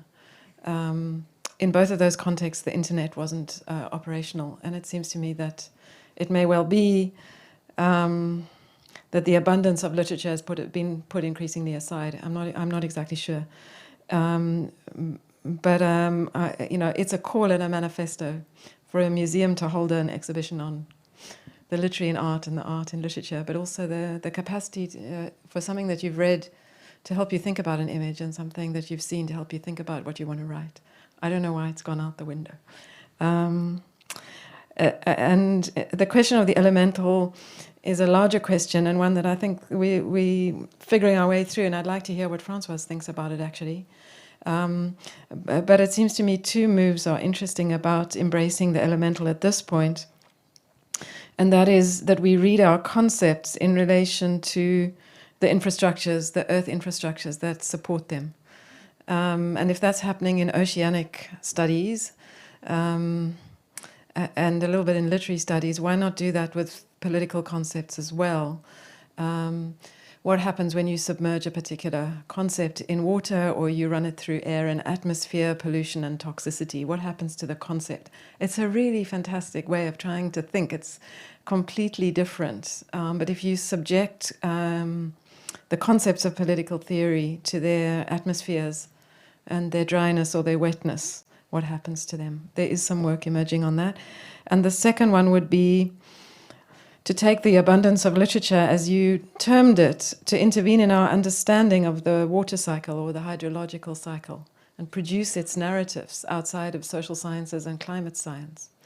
And so to produce this kind of elemental practice of reading is precisely to populate, water, air, and earth, it seems to me, and to contribute to how we narrativize them, rather than to take them as given in any way, or to cede that ground to the scientists. Thank you. Thank you very much, Sarah. Yes, of course. I was thinking after what you were saying also, Kader, that I'm listening to myself. The notion of private property is absolutely central. The fact that you were saying, that what was in public domain, big or old, and the growing privatization of everything is something that we have to explore, to study. For instance, in the domain of restitution of stolen object, some community were saying, okay, you don't want to return the object, okay, let's us digitalize it. Digitalization is being privatized by some museums. So they said to the community, okay, but buy it. Buy it. So it's even the image, the digitalization become the private property. So the expansion of the domain of private property, why, and air and water, everything is becoming privatized. So we have to renew the theory of private property. What is going on? Why is everything has to be privatized? Privatized in the sense of private property. Not it's mine. It's really, so it's protected by laws, either national or international law. We don't pay attention enough to international law and international law is more and more important for, even if we are living here, you know, and things about we don't know, circulation, maritime circulation, which for me, I mean, what Sarah's intervention, of course, brought back the memory of the beginning and sea. And for me, who have been working on the question of water, and I was just saying in the break that I've been argued to break with the land-sea division and to see it as a continuum, like in some philosophy in the Pacific, that there is a continuum between land and sea. And the West operated a rupture because there was a fear in the West of water. I mean, the sea had to be, you know, controlled. They were full of, when you look at the whole map, you see monsters, you know, sea populated of monsters, women, siren, or whatever. I mean, very dangerous things. And of course, you know, and Ulysses being, you know, threatened. So, whereas, you know, in many other the culture and civilization, the relation to the sea was not that relation of fear. So a lot of, you know, and we could explain the fact that the kind of ship that were built, which is totally different from the dhow in East Africa, from the la jonque. How do you say la jonque chinoise? The Chinese, whatever. I mean, all the other, all the kind of boats you see in Africa, and the incredible necessity of building a ship that could hold also cannon and weapons, because the ship became really the tool through which slavery and colonization was brought. It was not on land, it was by sea. So the sea has to be mastered and mapped out. So we have to reappropriate, to talk about reappropriation, to reappropriate the sea. Anti-colonialism was land-based, and it's understandable. You know, you have to get back the land. You have to, you know, to kick out the colonizer. But through that, most of the anti-colonial theory ignore the sea and the water. Totally ignore and reconstructed Africa as a closed continent, whereas Africa is constantly connected, especially, I mean, and Sarah knows that South and East Africa has been, you know, constantly with Asia in connection long before the European arrived. So this mapping of this, again, of border that are totally fabricated, absolutely fabricated, has to be effectively challenged. And we have to work on water as what is under, what is above, and what is in the air, but also the connection. You know, the fact that for some people, the Danube will be connected with the Zambezi River, you know, because it's all water, and all water go to the sea, and the sea go together, and so on, and they hold the land. So there is a totally different view of that, and said the maritime. It's absolutely important to think and to absolutely challenge the maritime history that is a white male history. And the privatization of water is growing, as you know. The Pentagon is not the Navy, the U.S. Navy want to think that, you know, for instance, the Pacific will be to that place will be U.S. And this will be China, and there will be like a short, not no man's land this time, but no whatever, waterland. And that very short corridor will be public. And everything will be connected. So and then you have also mining in the deep sea and so on. There is absolutely today a fast privatization of water. And sometimes I'm thinking that they could, you know, by building Fortress Europe and you know, killing African, that they could totally imagine that they could close Africa to itself, totally, you know, and get the sea. So if we don't get the sea, we can be locked in our different small places, you know. So we have to again become navigators, because we have been navigators before. I think thank you very much, Françoise, to bring this, because we were also speaking just before with Sara about how much water will be, I mean, one of the crucial stakes of the future, of the now future. And what I found interesting in what you just said is that it actually shows how complex the question of Nancy is. Because what you are basically depicting here... Ah, sorry, I was speaking in English, wow. Je sais plus comment... La chose... la cosa... Perdona. La cosa que estabas describiendo aquí... ¿Quieres que...? ¿Puedo? Bueno.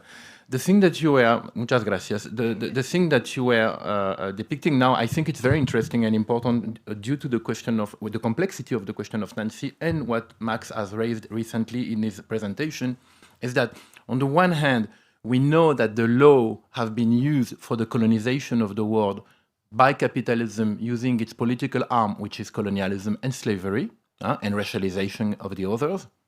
Le Code Noir, in the United States, taking huge lands. The other day I was reading that the whole highways were like, the companies have signed treaties with the indigenous chiefs without telling them that on both sides of the railways, it was about 1,000 miles of land owned by the company. And these chiefs did not get it. So we saw how much it's difficult for us to imagine that we have to use the weapon of imperialism to fight imperialism. So that's why I have an answer here, and that's why I brought Max, because in the end, we definitely have to care about democracy, because it is through a reinvention, a re-updatization of the software democracy that we can probably reinvent this shift between the state of fact and the state of right. Because I don't think that without, until today, I don't think that without bending the law, we can really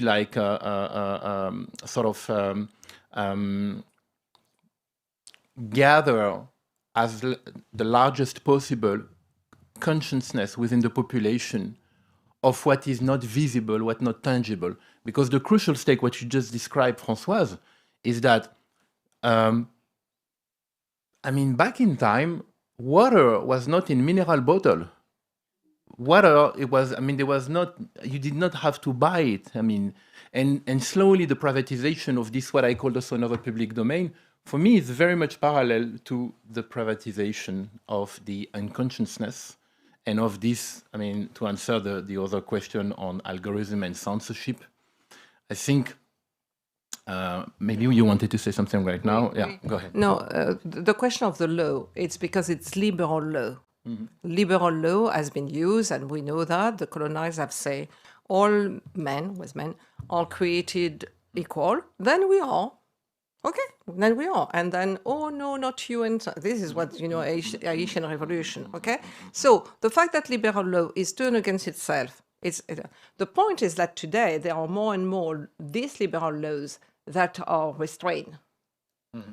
It's not so much democracy, it's the liberal law, the kind based on natural rights and and that we have criticized for that, is being restrained. For instance, if we look at France, the law on separatism, which target Muslim, right there, clearly. Or certainly there are other examples, or for instance, carceral feminism with some kind of laws that they push forwards. So what we are looking at is a restriction of liberal law now. It's it's a fact, even the way in which liberal law was a weapon could be effectively served in the tribunal. Okay, then this... It's being restrained more and more because they have understood neoliberalism, capitalism, and billion. They have understood that this could be effectively something, and some trial have been won against them. Some corporations have lost.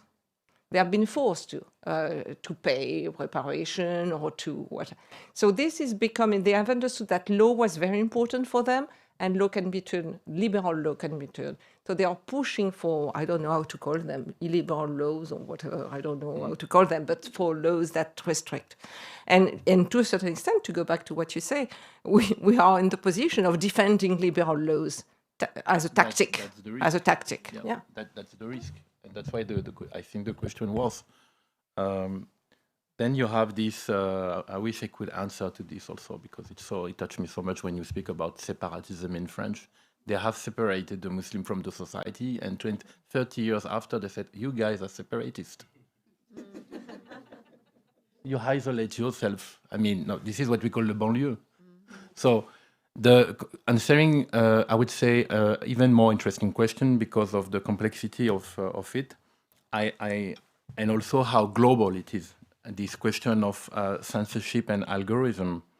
And I think that the question of, I think the question of self-censorship, and I'm saying self-censorship because I think in this governance, the self is actually part of the deal, because what the algorithmic governance is actually bypassing is again what Simondon, Stigler, Antoinette Rouvroy have called the trans-collective individuation, what we are doing here. But it's doing so where it actually reaches our impulsive level. It actually reaches our pulsional level, impulsive level, so it bypasses the self, psychoanalytically talking, and therefore the moral. So the stimuli, because it works activating stimuli in our unconsciousness, for me, and then you of course can think what you want, but for me are extremely toxic because they do not allow because again, to harvest, you need to put semillas, no? And this movement of stimulus has a name, which is basically producing new behaviors that will feed the huge, incredible mega machine, to quote Scheidler, that is the algorithmic governance. And I've seen a movie, I just want to also, so this is the complex aspect of this process, and I would say about censorship,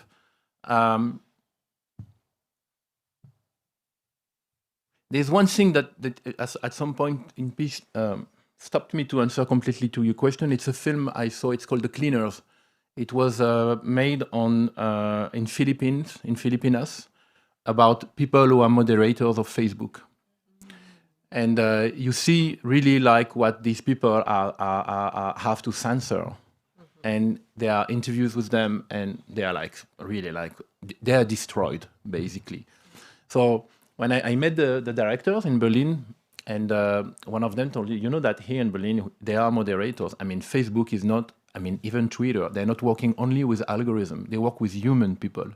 And in Berlin, again, like Françoise explained us tonight, who are the moderators? So basically people who speak different languages. And basically who are there? Who are polyglots? The refugees. So you have, and also what are the countries that we want to look at it? Of course, Asia, Africa, the Arab world, etc. And then you have a building in Berlin. I think they have moved it because, of course, they are like also, exploiting them under human conditions, you know. Because again, we take for granted that what is invisible, it's okay.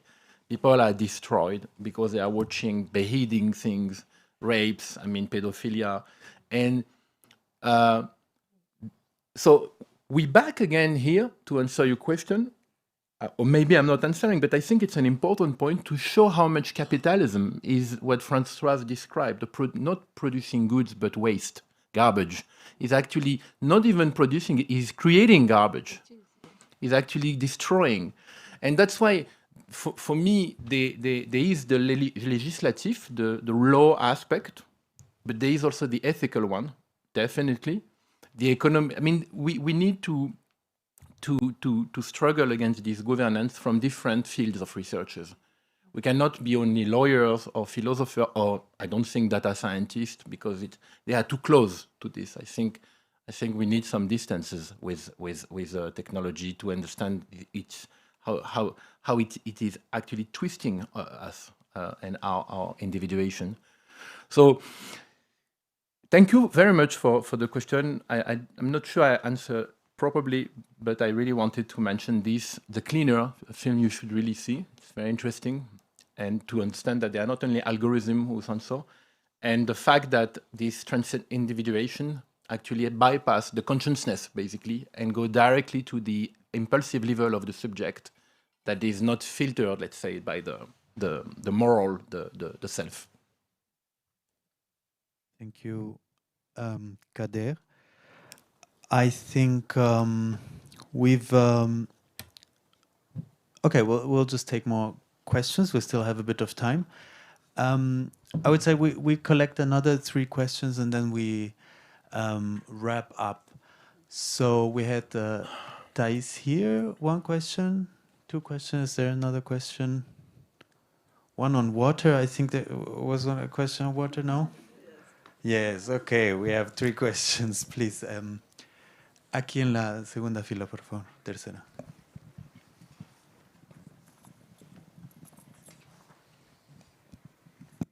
Gracias, estoy muy contenta con la charla y todo, ¿no? Estoy, la verdad, muy contenta mismo. Tengo una pregunta, la verdad, que fue construyendo durante toda la conversación. Inicia cuando Kader está hablando sobre ancestors. Y yo pienso que muchas veces cuando pienso en ancestors, no pienso como una persona, ¿no? Como yo sé como los nombres de mi abuela, pero yo no sé los nombres de de la mamá de mi abuela. Yo no sé, por cuenta de la violencia de la esclavitud en Brasil. Porque es un nombre inventado, es un nombre de un lugar, no es un nombre de una persona. La verdad, es un nombre de una religión, una cosa así, como María de Jesús, ¿no? Es un nombre de Jesús, no un nombre de ella. Entonces estaba como pensando que entonces cuando pienso en ancestralidad, yo pienso no en una persona, pero en un grupo, pero en un povo, pienso de una forma muy más alargada de una persona, pero una conexión. Entonces, estaba pensando sobre eso.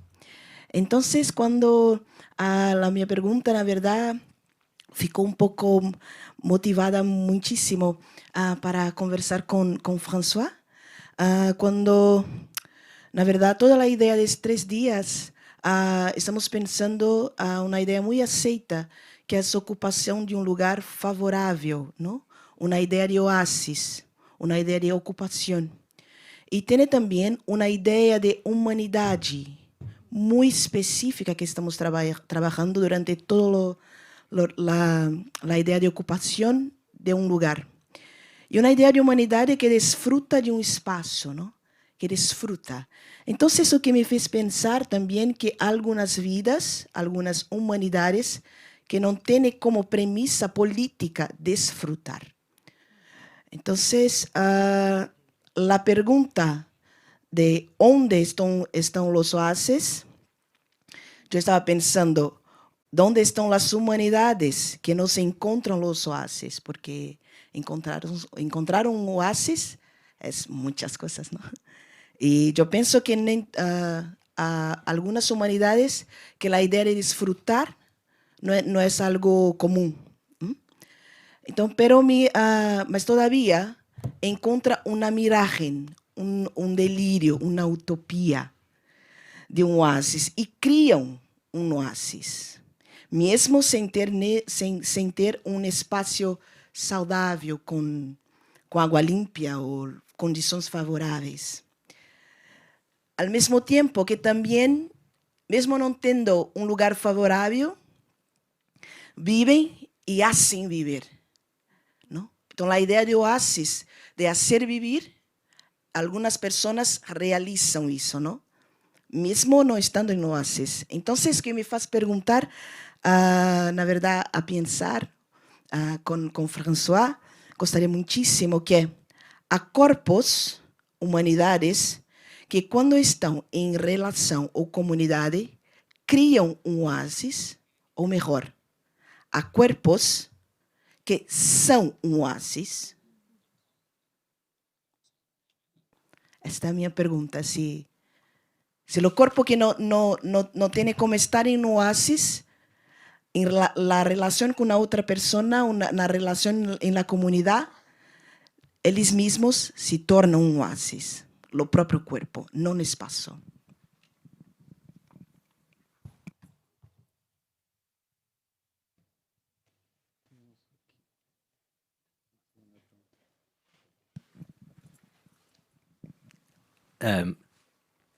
Thank you. I have a question for both François and Kader, and the reason why it's a question to both of them is because from their interventions, I think they will have differing answers. And it's probably not a popular question, but I would like to ask them about their views on the real political value of utopian micro-communities, the real one. And don't get me wrong, I'm convinced that they are very valuable from a personal, ethical, and experience perspective. The myth of the micro-community is very old. It's the foundation of the Christian religion with the 12 apostles. So it has a long story. But it seems to me that voluntarism might not account for the materiality of the power imbalance. That's the first thing. And second, it might forget what is the true antagonism in capitalism, which is the distribution of the material resources and the structures of power. So the question is, do you think that at this late stage of technological capitalism, microcommunities have a real political chance?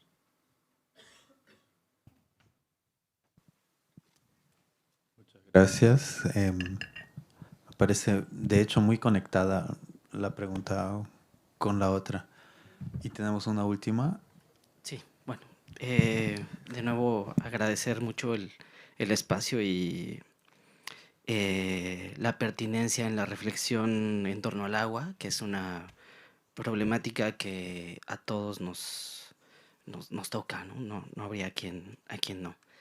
Y en ese sentido, me preguntaba a lo largo de estos días que estamos ejerciendo, digamos, nuestro derecho a la palabra, a un uso del lenguaje bien articulado, y en esa medida reconocemos que somos herederos por este espacio de la pequeña burguesía, que nos ha implicado pensar y reflexionar, hablar, ¿no?, de una manera educada, moderada.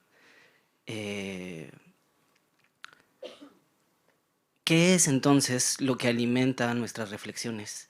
¿Cuáles son esas sustancias que alimentan nuestra emancipación como herederos, ¿no? Lo pensaba como lo habías mencionado. De esta pequeña burguesía de la que somos parte, pero que nos impulsa entonces a liberarnos y a reconocer qué es lo que ha hecho la burguesía. Y en esa medida pensaba si era pertinente continuar bebiendo agua embotellada, si era pertinente salir después de aquí a tomar una cerveza, a continuar con la tradición del bar, ¿no? Reconociendo los monocultivos, reconociendo el uso desmedido de agua para tomar una cerveza. ¿Qué sería entonces lo que tenemos que consumir para continuar agrietando estos muros que el capital ha creado? Que estos muros que se han desertificado, y pienso en el agrietar, en el sentido en que lo ha planteado el zapatismo, ¿no? En agrietar, en fragmentar. Y claro, no tenemos vivimos en un espacio de incertidumbre, pero posiblemente el agrietar nos permita tener la certidumbre de que podemos encontrar o generarnos un mejor lugar o un lugar distinto que nos permita el goce de nuestros cuerpos. Gracias. Muchas gracias por las 3 preguntas. Vamos a comenzar a recolectar las voces de nuestras invitadas. ¿Alguna respuesta? Françoise? Sara?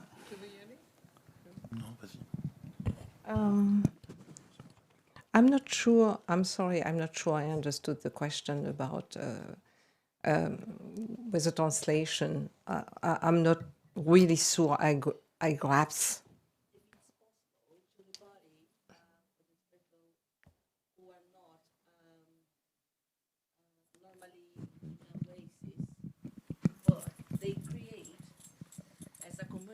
Como being, okay, vamos, being lesbian in black as I am, in Brazilian. Normally, I can't stay in la idea de oasis. The idea de oasis is not so common for me. Okay. Pero, however, la idea, pienso, no sé, ahora está confuso. No, a veces pienso que my body, my humanity becomes a oasis. Okay. When I got it. I am in. Okay. Yes, okay. In relation. Okay, thank you. If it's possible, no, I don't know. Yeah, I think.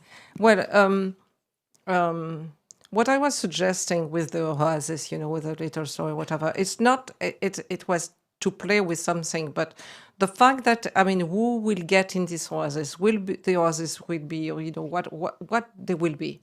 It's exactly the question, that I raised at the end. Also, the fact that what we're going to do. But when I suggested that oases are also refuge and sanctuary, and that can be also, the place where migrants find place and so on. So, the little fiction was to play with. But otherwise, what I think, as a black lesbian, where is my oasis? Which would be, to summarize, right? That could be the question. Well, either, as you say, it's either my body, which is my oasis, but the oasis, perhaps what do we invest in that word, right? I was playing with the title, but if the oasis effectively does not trigger anything, which did not trigger also for me. I met I saw an oasis quite late, but it's more the idea of a place of hospitality, of a place to find rest and food and community. So, the proposal where are the oases? But every time what we have to be careful about is never to fetishize any notion. The point is, what is a proposal? How do we build effectively place? And again, for me, refuge and sanctuary are absolutely a necessity today. And as I said, they could be bookstore, they could be a women clinic, they could be a place for migrants. It's what you built to effectively escape from an irrespirable world, to be able to breathe. We cannot not call it an oasis, but the point is, because effectively your body can be the oasis in which you find yourself, your nourishment, your joy, your water. But the point is, you will need also perhaps at one point or other, and the collective that you will find where you can put your body in, safely and with joy, and that effectively could be perhaps unexpected also. It's not necessarily your own, it will be the place. I was drawing also from historical example of this refuge and sanctuary. This is more my name, but I use oasis because that was a proposal. But they are effectively, there have been and they are today still example of these places. For me, it's any form of organization, collective organization that protect, defend, organize, co-educate, care, everything. But sorry that I did not understand your question in the beginning. I'm sorry. The utopian small community, it was Christian. Yeah, but it was also the Maroon. I mean, the Maroon, who escaped from the plantation and constructed Maroon community were small community. They were small. And they were utopian, effectively. I mean, or they could be big. They were big in Brazil. They were big in Jamaica. They were big in some places. They were able to effectively establish a form of sovereignty. I'm not saying that let's have little small commune everywhere and the wall of capitalism will crumble. I have not this illusion. I think that the struggle is already very violent and will be more and more violent. So for me, for instance, this refuge sanctuary is a place where you go back to care for your wounded or to get more energy to go back to fight. I think that that what's happening with what we are looking at, and we do know that in many places in the world already, this is extremely brutal and violent, that Europe is still protected. It's very much protected from that unleashed violence that is, in many places in the world today. What I was saying, that for me, when I was reading about the fact that effectively people do not breathe, like literally, if you don't breathe, you don't live, you die. So that fabrication of an irreparable world, it was. But I agree with you, it's not, I don't see like small, because it could be the withdrawal war that has happened also many times also, as you notice in history. Let's go and cultivate my tomatoes, and I don't care about the world, and because that has been, it's romantic. So for me, it's to break with this romanticism, which is very Western, and which, in fact, feeds some form of ecology today. There is a form of ecology that is totally uncalled and sometimes pretend to borrow from indigenous community, but remain totally in the old Western romantic ideology. But they pretend that suddenly they discover indigenous philosophy. But in fact, it's totally romantic. Just read the romantic, it's there. So I agree with you that there is this community I'm thinking about are more, comment on dit, des communautés de repli. Oui, voilà. But I agree with you that capitalism will not crumble with just. It's, as I say, the colibri ideology, philosophy is for me totally. So it's not even an utopia. It's more a pacification. For me, an ideology of pacification. Let's do your little drop of water and you participate in the struggle. We know it's not like that. So that's also belong to pacification. What will effectively, attack really the world of capitalism? There are the defense. I mean, we have to defend and to protect also from, the worst brutality. But we will have. People are fighting. People will die. We will die. Some of us, because really, and because the state has shown that he will not, and the billionaire that support, they will not. They will fight. They are really defending something. They are as committed as we are. They are as committed. They are very committed to keep the world as it is, even though as they're destroying it. They will not hesitate.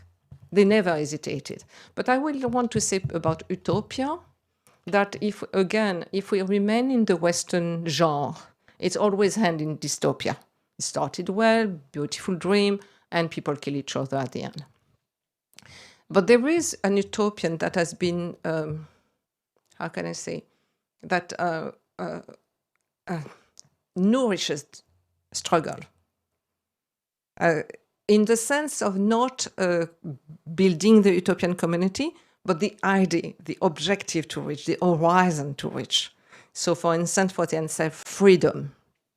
Freedom will come. Freedom will come. And it took a long time, and it was very difficult. But freedom, and that idea, for me, it's emancipatory utopia. In the sense that is not necessarily realized in your own life, but it's something that you support and feed and transmit through poetry, through music, through literature, through rituals, through celebrating the ancestors as a community or whatever. I mean, through that, there is something that challenge the dystopia, because we are living in a dystopia. We are totally living in dystopian times for a long time. And people in the global south are been living in dystopia for a long time. And the last question, very quickly, because so we are petit bourgeois, that's what you meant? That we were saying? Well, yes. Let's not pretend otherwise, right? Let's not pretend otherwise. We have order, we have tac, and so on. And yeah, okay. But now, and some of us will have beer or whatever afterwards. Okay.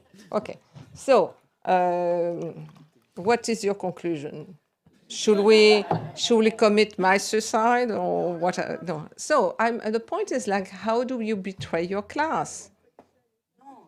Yeah, yes. We have to betray the petit bourgeoisie or the bourgeoisie. We have to betray. We have to go against if we belong to the petit bourgeoisie, as you say, we have to betray. Sí. Actively.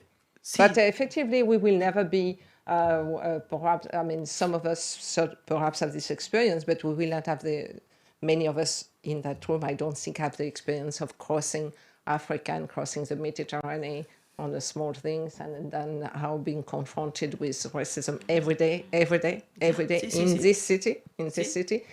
So yes, yeah, but so that's it. But we have to acknowledge that and work through that. But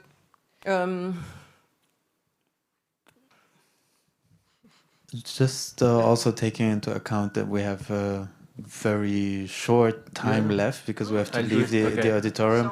So I'll do it sorry quickly. to interrupt, but Sara, you want to answer? Kader, would you like to give a last statement? Just for 2 minutes, because I mean, I will not answer to you because the answer of, I think you were not expecting that answer. Me neither. So that's great. So we save time. No, I mean, just about the question of, I found the Thais question beautiful, and I think I leave it like this question of, I found it beautiful because there is one sentence in the lecture that I quote from Annie Lebrun, and I said we will come back later about this, that she said that in the end, maybe what we are attending is the disapparition of the body into something else, into another bodiness or body reality, virtual reality. So we can discuss this through LP and about this, la atomización de la sociedad, o sea, tu pregunta a propósito de las utopias, yo creo que de nuevo es una pregunta muy importante en el tema tecnopolítico, porque ya vemos que, hablando de las elecciones, y fue mi punto de crítica de Max, que por ejemplo Bolsonaro manipuló con WhatsApp las elecciones. O sea, que realmente las esferas, la atomización de la sociedad producida por la gobernabilidad o la gobernanza algorítmica, multiplica millones de esferas, pero que les llamaré cámaras de resonancia, en las cuales la gente hablan con personas que tienen un discurso casi parecido. Y de hecho rechazan a los demás, a los otros que están diferentes. Por eso que cuando Françoise habló antes de las zonas a defender que mezclaban campesinos, transgenders, o sea, migrantes, eso para mí son las utopias que tenemos que proteger. Porque lo que tenemos que proteger es una diversidad de pensamiento, no de mascarada, ¿no? De capitalismo. Y quería decir esto porque existe. O sea, conocemos en Francia, y aquí en España supongo que hay zonas así como independientes, proyectos utópicos. Ya está. Quisiera, solo resumiendo, otra vez decir, say thank you very much to you for being here, for all your input. Quisiera, resumiendo, decir que, bueno, preguntándonos dónde están los oasis, terminamos preguntándonos sobre sobre estrategias sistemáticas de desertificación de la vida a través del capitalismo. Creo que es una de las cuestiones a las que llegamos, nos preguntamos y llegamos a conclusiones sobre ecologías de lo común, que nos llevó incluso a abundancia, que también puede ser una contraestrategia, no es de pensar abundancia al mismo tiempo. Entonces, creo que muchos o todos o todas nosotras en común teníamos pensamientos sobre la reapropiación de los medios y recursos que son necesarios para crear espacios seguros, para crear espacios y tiempos de lo común, comunes, colectivos, de crear, para usar la palabra de Elvira, togetherness, para crear nuestros oasis. Me encanta la idea que estuvimos escuchando ahorita de Françoise y de Kader, de pensar en los oasis con un fin, o sea, de pensar los oasis, la construcción de oasis hacia un fin específico. Y al mismo tiempo nos damos cuenta de que, como acaba de decir Thais y también nos dijo Sara, categorías que comúnmente usamos de la teoría política o algo como la libertad, son categorías que tenemos que repensarlas en tiempos, porque estamos hablando de oasis y abundancia en tiempos en los que falta agua, en los que falta aire.